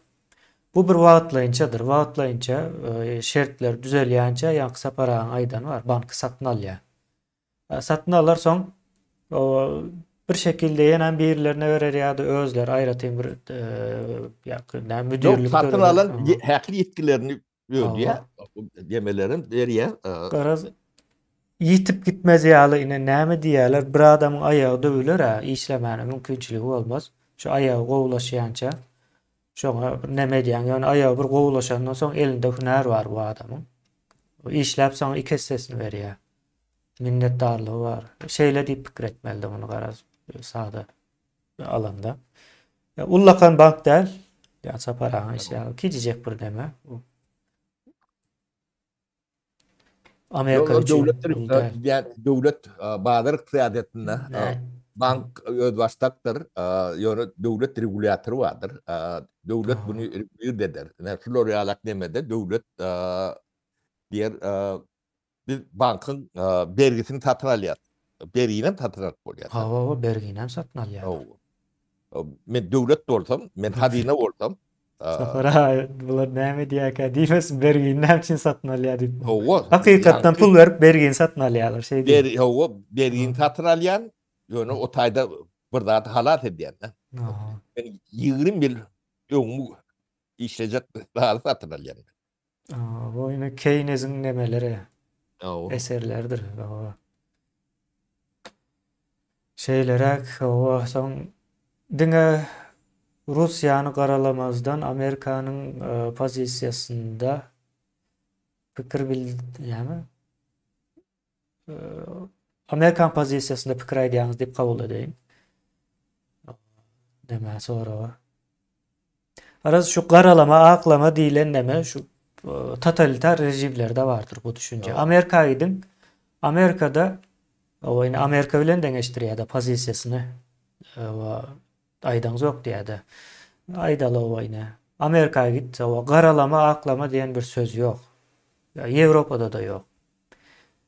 Garalama, aklama diýilen söz totalitar rejimlerde vardır. Ýene Türkmenistanda vardır. Watanymyzy garalaýar. Ýene näme eýle beýle diýe.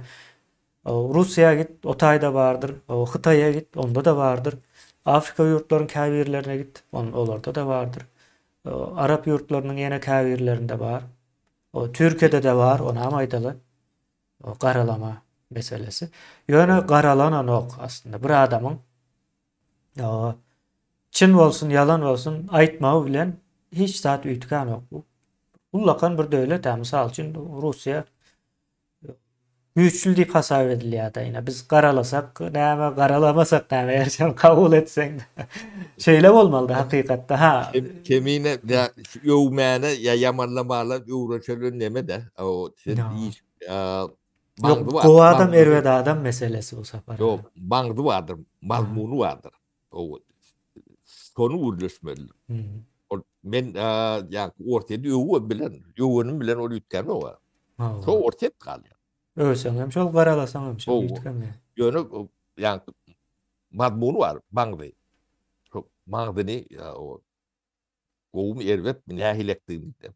Bolşýar, düşünsün. Bu da hem bedadyň bilýärdi waýdamda var. Götürün adım taýtýar. Ukrainanyň üstüne çözmek näme gerek? Akly işim soran. Övmeli mi ya da? Malades diýemizde näme bolmuş? Ya da Türkmenistanyň 300 milyardlyk resursunu geçirdiler de hasabyna. O gowetdi, tüwelemi, o şey diýelim, Türkmenistanyň ýurdumyzyň resurslaryny eýe çykdy diýelim. Bize vermediler yani. Yo oğurlanlara yitenem demek. Türkmenistan bu at 200 milyar dolar yılla önüm metron in adından yani. Şonala döwlet bolmaly. Dünya zincirinin bir parçası olmalı. Öyle bol 100% şansy var. Şu tarafa da gidip barýardy. Bu pikirlenme ýene şol Orsun eseri, ýene bu ýylleşimiz hem şu Ors dilli bolmaly özem. Ors dilinde has köp gürleşýän bolmaly, günlük Ors diline ulanýan bolmaly. Ýa-ni informasiýon nemesinden men matlagat bereýin. Ýa pikiriňizi dogry pikir edip bilmäni öwrenmäňiz üçin Ors informasiýon gemesinden arbitrynden çykmalysyňyz. 5 ýyllyk, 10 ýyllyk, 20 ýyllyk. Yemäňiz üýtgençe. Yani başka informasiýon vakumlaryň içine girmeliňiz. Yani dünýede kän informasiýa kän bunu çäklendirmem bolany. Şu orsun nemetinden çykmasaňyz pikir edişiňizde belli çoň kıýalyk bolar. Şu garalamak, aklamak diýip şu zatlardan bahana gözläp berýär ýa-ni.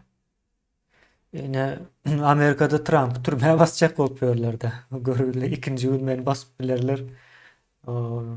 Meniň tarapymy tutmak üçin köçäge çykyn diýip seslendi de. Haçan?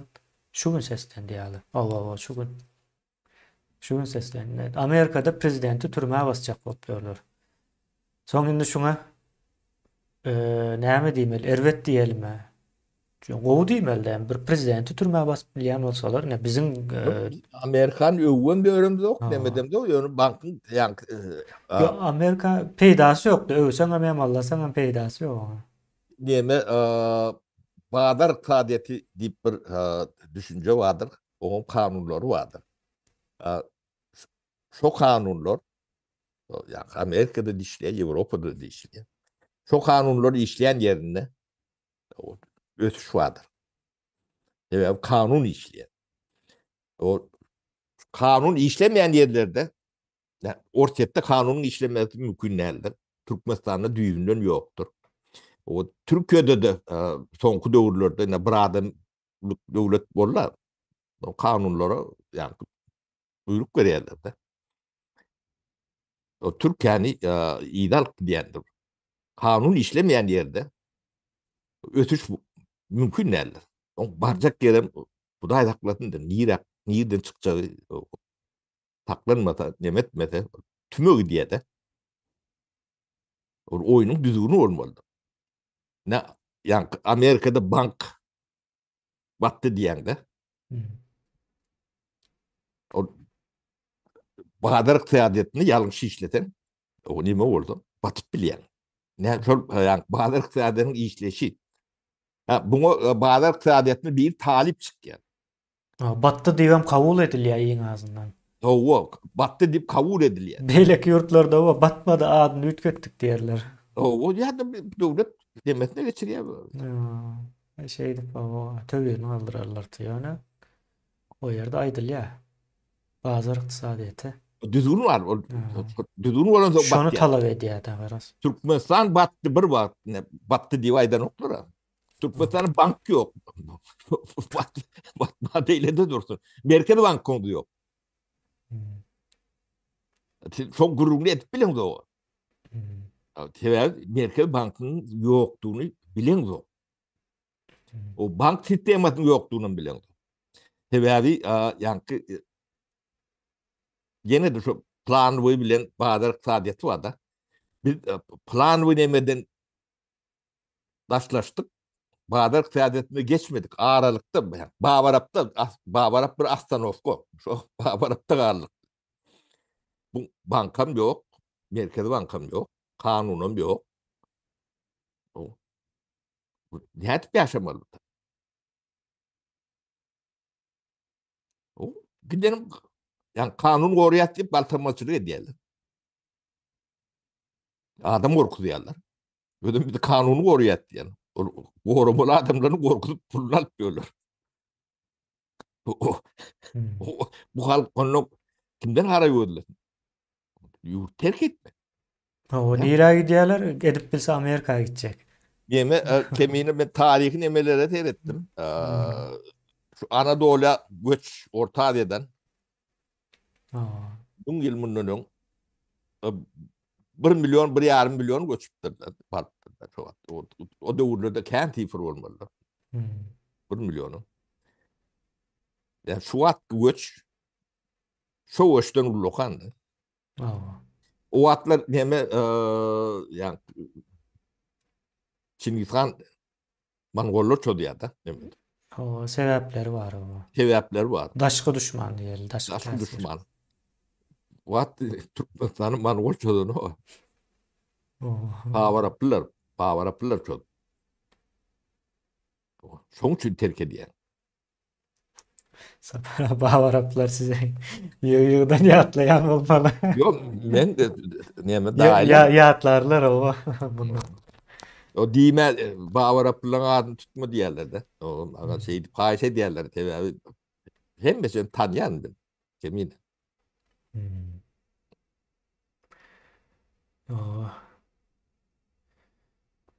Bir neme vardı ýerleşimize ýazypdyr o. Arada siz sora beriň auditoriýany barlap görüň näme derejede östü diýe. Gowur zat ýöne biz muny 1,5 ýyl mundan öň deňedik bir sora. O nemesinde biz berip görellidik da ýöne soň gelýän jogaplaryň garşysynda biz özümizden çykyp barýas. Terbiýemizi bozýas diýip näme diýip garas. Şonuň üçin biz o sora bermeden çetleşdik. Doğru däl. Berilýän jogaplar Yankı şol Orsun dünýäsine gabat gelip durda şo dünýäden alınan tejribeler bilen jogap berilýär soň. Yok o dünyadan çıkıp bilmeyenler sebebi yani Türkmenistan'da bir kanal var şeylen. Bir televizyon bir merkezden ne diye doğru. Hem sen bir zat diýeli. O hem de bir zat veriyorlar. Ödüm ortada bir şey dedi. Ortada bir topar kanallar deme diye. Çok orta informasyon demesinin içine oturuyor Türkmenistan. Bunun başka da fikir etme demesi çeklendirilen.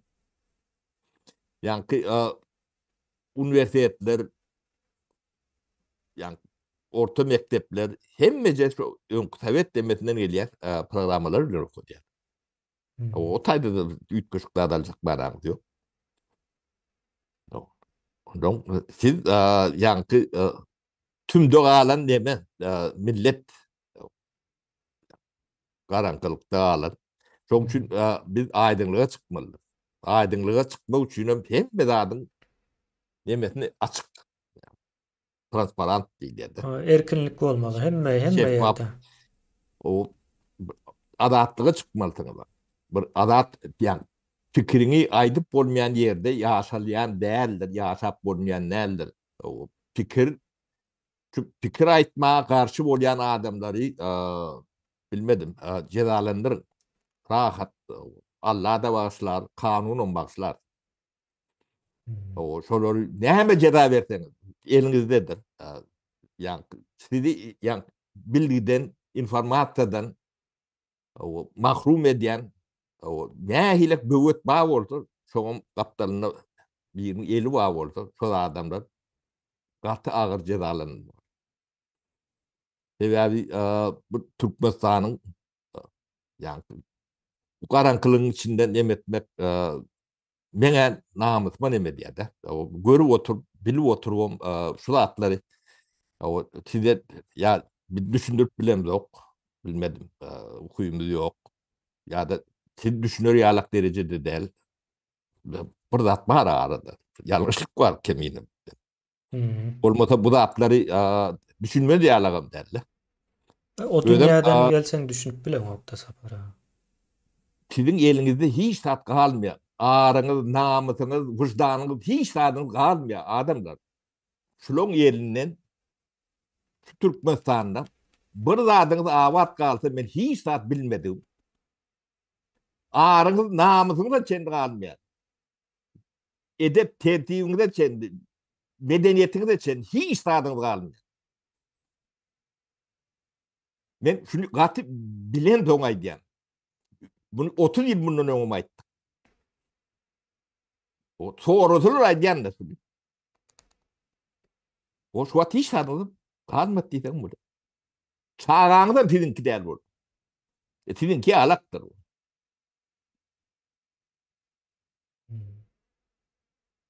Şulun eline şunun alak olmalı. Başkaça bolup bilmeyen. Ben şulu adamları tanışım yalak. Öğünlerim tanıyan nedir öğünlerim? Ben ovama bağırım. Ben yani, Gorca'da Pamador yıldım ben. Mektepte okap yokken. Kaptanına kovadım.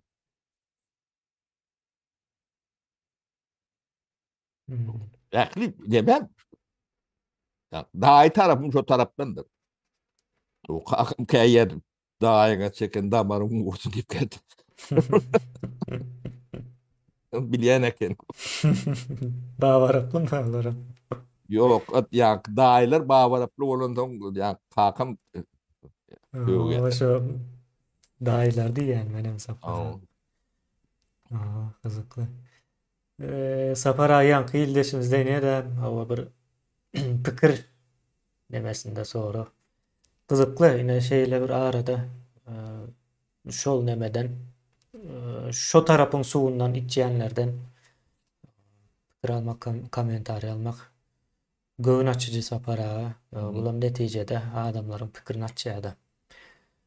Rusya parçalansa Amerika özünün yeke hükümdarlığını ornadır deyip oylap gördünüz mü? Fikriniz nähil diýär. Bu birinciden yankı yine Amerika dünýäni basyp alýar, ýene näme diýip bir gorky ýöre diýerler de. Biz şonuň garşysyna göreşýäs diýip Putiniň nemesi bar, näme diýär dünýä 3 bolmaly diýär näme onuň bir nemesi bar. Neme iyileştir o Amerika ýeke iş boljak bolsa da ýa-da bular iki boljak bolsa da bunun hiç biri Türkmenistanyny toğrap etmediler. O bizim No. täze nolluna maşakdy bor. Biz onu yani töýeli, töýmäli kritika var edeli. O bizim yani nememizde yok zatlar. Yani mümkünçülüğümüzde täzir emet, gyly ýalagym täzir etip bilemdik. Bilmersem ýöne biz bir üç bolsa da İpalярny deme bolsa da o biz ýaşaýşymyzy dowam edip billeri ýalak ýagdaýda bolmalydyr. O biz şonu öňünde ýa-da goranyp bileri ýalak ýa-da aýlanyp geçip bileri ýalak, saýdyrar ýalak akylymyzy, güýjümiz, mümkünçülüğümüz bolmalydyr. Biz ýa döwletimizi şolar ýaly edip gurmalydyr. O dünýä ýa bize bagly zat däldir. Bir palyarna bolup biler, iki palyarna bolup biler, üç palyarna bolup biler. Dünýä nemesine täsir etbiljek boýunça däl. O bolmamyz mümkün hem däl. Ýa entäk bir bawarapdan çykmamyz gerek. Garaz kimin hökümdary bolany bize gyzykly däl diýär Sapar aga şu an. Bizim diýär bir täsirimiz ýok diýär. Düşen derejemiz belli. Iň bolmanda bawarapdan çykmaly. Bokuň içinde otur. Gynandyrjy. O öyle poklu goryanlar, korkuyanlar poklu militlerine. Ya. Ýene bir zat bardy ýene şu Orseýdyň ýöre diýen nemesi ýene Amerika dünýä ýeke başyna hökümdar boljak biz şoňa päskel berýäs diýen bir algy döredipdir adamlarda. Ýeke bolanda saňa näme? Ýöne bir zat bar Sapar aga. Ýene dünýäniň işleşine seretseň, hemme zat seretseň Amerika ýa hökümdar bolan özem İkinci Jahan Urşundan bäri, ýani 8.000 tonna altın gazanýardy İkinci Jahan Urşunda. Daşda uzakda galýa 3-nji edýär, ýani Ýewropany kime näme gerek bolsa 3-nçiligini etdi we Ýewropada şo wagtlar önümçilik bolman üçin onun ýerine altın berdiler-de. 8.000 tonna bolmaly ýalňyşmasam. 8.000 tonna altyny haçanda hazynasyna getiren wagty ýa dünýä güýjü boldy, hökümdary boldy. Şo taýdan başlaýar Amerikanyň hekaýaty. Kemine o biz yani iki palyarny döwründe de gul bolup ýaşadyk. Birinde de O birde de şonu alak bolur. Biz bawarapdan çykmaly. Bawarapdan çykman. Ben bunu neme tutulawna diýen, bawarap diýip. Bawarap bolmasa däne o bir-birinden ütgeşikler ýok. Biz liyakat diýen düşünüp bolar ýaly. O profesional adamlar kuran döwletinde o size eşiret getirmekçi. Şo liyakat gelmän o 2 palyarny bolsun, 3 palyarny bolsun, 25 palyarny bolsun. O sen çukurluğuna almalıydın. Biz düşünjämizi ütgetmelidir. Aýdynlyga şu garaňky nemeden çykmalydyr. O bir açyk informanda ýa ähli göwsüň bilen dem almalydyr. Bu döşüň gelip bir dem alýar.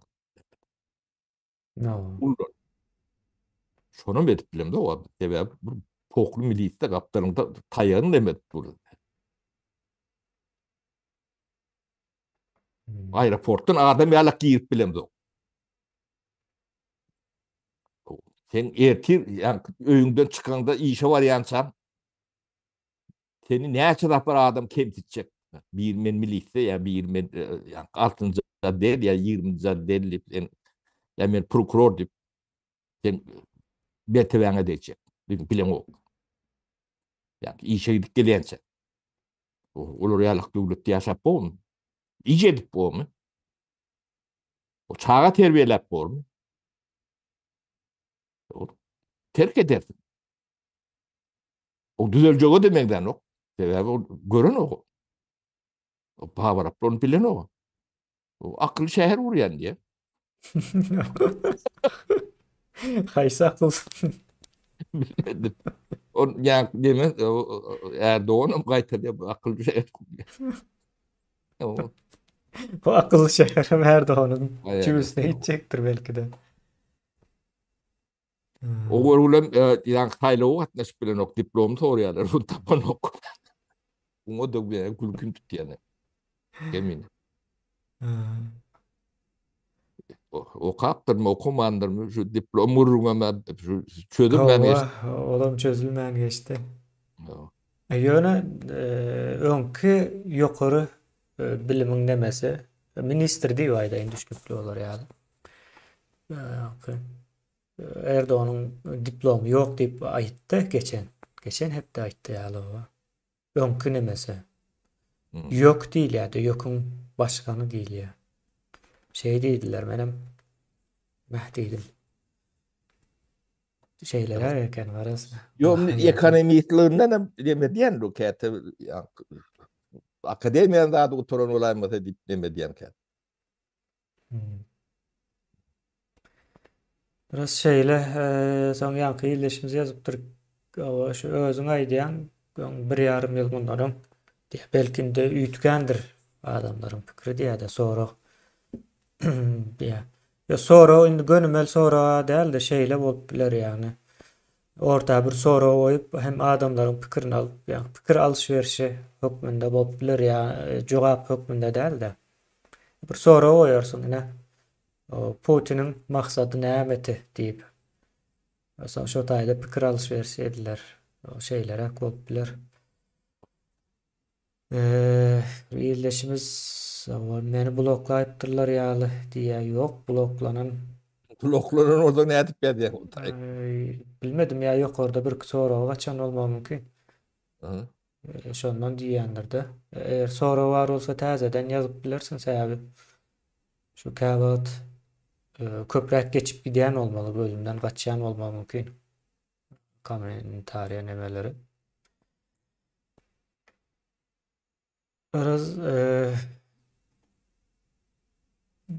şu wagt hemme taraplaryň ýolumuz açyldy. Ýa-da pursat bilinmelidir. Ine ýurdun içinde de hereketlilik gittikçe artýar, düşünce derejesine gatyly täsir berip bilýäs, o mümkinçiligimiz bar eýem köp İyileşler biz men yeme gızalatımı demet ben biz bir beyik millettir. Yani oýanyp bilmelidir. Bizi bir garankılık nemen içine soktular. Burada beynimizi ýuwdular. Bundan bir tilkintek özümüze gelýär. Bu adam tilkinipýär. Ýöňümizde durjak zat ýok. Biz yani Türkmen kadimi millettir bu. Yani dünkü millet hem değerler. Bizim yaşımız orsun 2 yaşından bu lokandır. O durmuş yani tarih dememizde pırnalaktır. Onun bilemiz o. Solatları bırak demeden sonra bizine neme iğne köklümüzü oğulları çendi. Dünyanın sivilizasyasına koşundumuz vardır. Deme seyretme. Daşayıcı biz, daşayıcı. Yani sivilizasyon rezervi değil yani. Baran yerimde medeniyet getirendir. Yonu aramızda Bavaraplılarım var. Yani onun yurt kurulup yıkılıp görülen demesi şudur. Yani şu Bavaraplılar çıkandır içinde.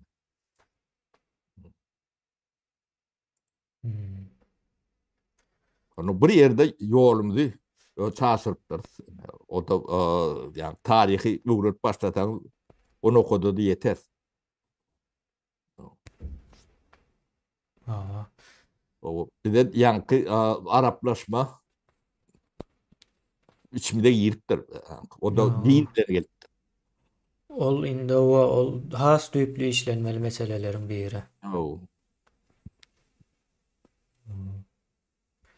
Sapara 2 saat sonra warşolaram jogaplap jemläli bugünü. bolya kemin.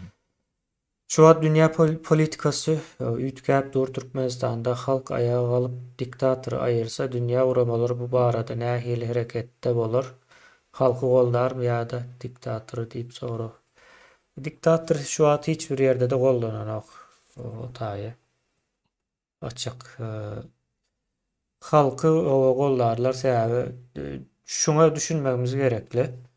Şu an dünya halkların esasında meydana gelen yurtlardan ibaret. Dünya halkların esasında dören yurtlardan ibaret. Bu näme diýmek bolýar? İslendik yurdun halky gollanmalydyr. Birleşen Milletler şonuň üçin bardyr. Yani dünya milletlerinin ya da yurtlarının bir araya gelip bir standartı döretmegidir. Gowur zat. Global dünyanın en gerekli zatlarının biri olan bar. Şo sebeple yani halkın arkasında durulacaktır. Elmi dama. Yöne Şeýle yeme diýip. yankı Türkmenlon toğra vermesi o bizim yerimizde şolar burada edip verir mi diyen durumda. Yok. Yok O onu mümkün. edip vermeyenler özünde etmedi. Kıyınan tamam şeyle o. Yani o demeden çukurdan özün çıktı ya. Yani çıkandan sonra senin yani iyi mitinden verirse yani näme ederse sana seyrederse ya da yani çukurdan sen çıkmalı diye. Düzgün şeyle. Özün etmeli. Onu bir nettir yemedi bolan o. Hava sonku sorumuz Sapara diye Bavarap sindromu nereden aldılar Bavaraplar diye. Ödlerine var şu ovadı. Sizin hayda o vaqda varanda da şu bağvaram kadar Var yükköştü. var hem sen benzeş. Ne o? Ben yöne bağvaraplıları o tanam sonraydı yani. O devletin başına geçmedik oradalar bağvaramı hiç kim tanımazdı. Onu ben Farap deyip diyorum ama yani Faraplı yani prezidentiniz olan orta bunlar yükköşük oluyor. Akıl devlet akıl bilen yürüdül yani. O bir adam yürüdüyenlerdir. Devlet akıl değil yani. Devlette tecrübeler, bilimler, alımlı nemeler doğrulmalıdır. Siz prezidenti bir samsık ikana prezidenti uğratmıyorsunuz. Akıl doğrulmalı. Yani akıl bilen akılsızlığın tapavıdır biz önkü tapar gurrum verdik. Yani ben nemeden Niderlandiya'dan, Gallandiya'dan nusko getirdim. Akıl bilen aklın yok yerine tapavut mün etsedenim kendim. Mün. Yani Galgar neme Gallandiya 1 trilyon 110 milyar dolar. 1 trilyon 110 milyar dolar. Çok yani trilyondan son nokottan son 110 milyar son onun birini öndürüyen. Bu deme diyeyim. Mün esetinden mi? Öyle sizin yani teritoriyanızdan 11 etse kiçi. Nerede akıl var, nerede de bavarap var. Yitirilen zat, o uğurluk zatlar yani dünyada kuloktur. Nadanlığın getiren bedbahtçılığı, yitkisi Bunlar ösüşün önümçülüğünü alıp durdular ha oğurlar. hem de zaten onlar. O yani niyetilin yetişmesini onlar yani.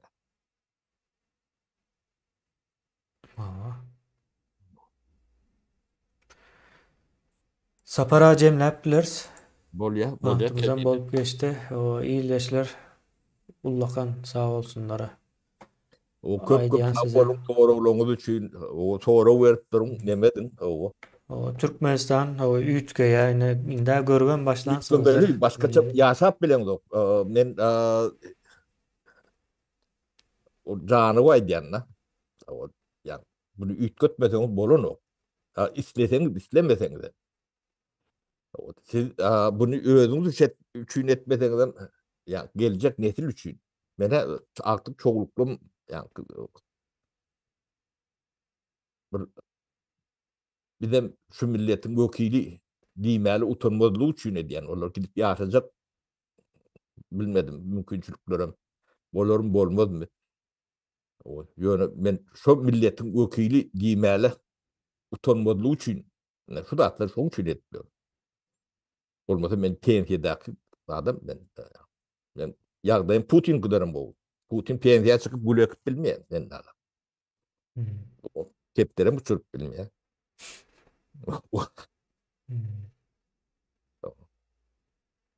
Inniden soňa düýünden näme onun mahrum boldy.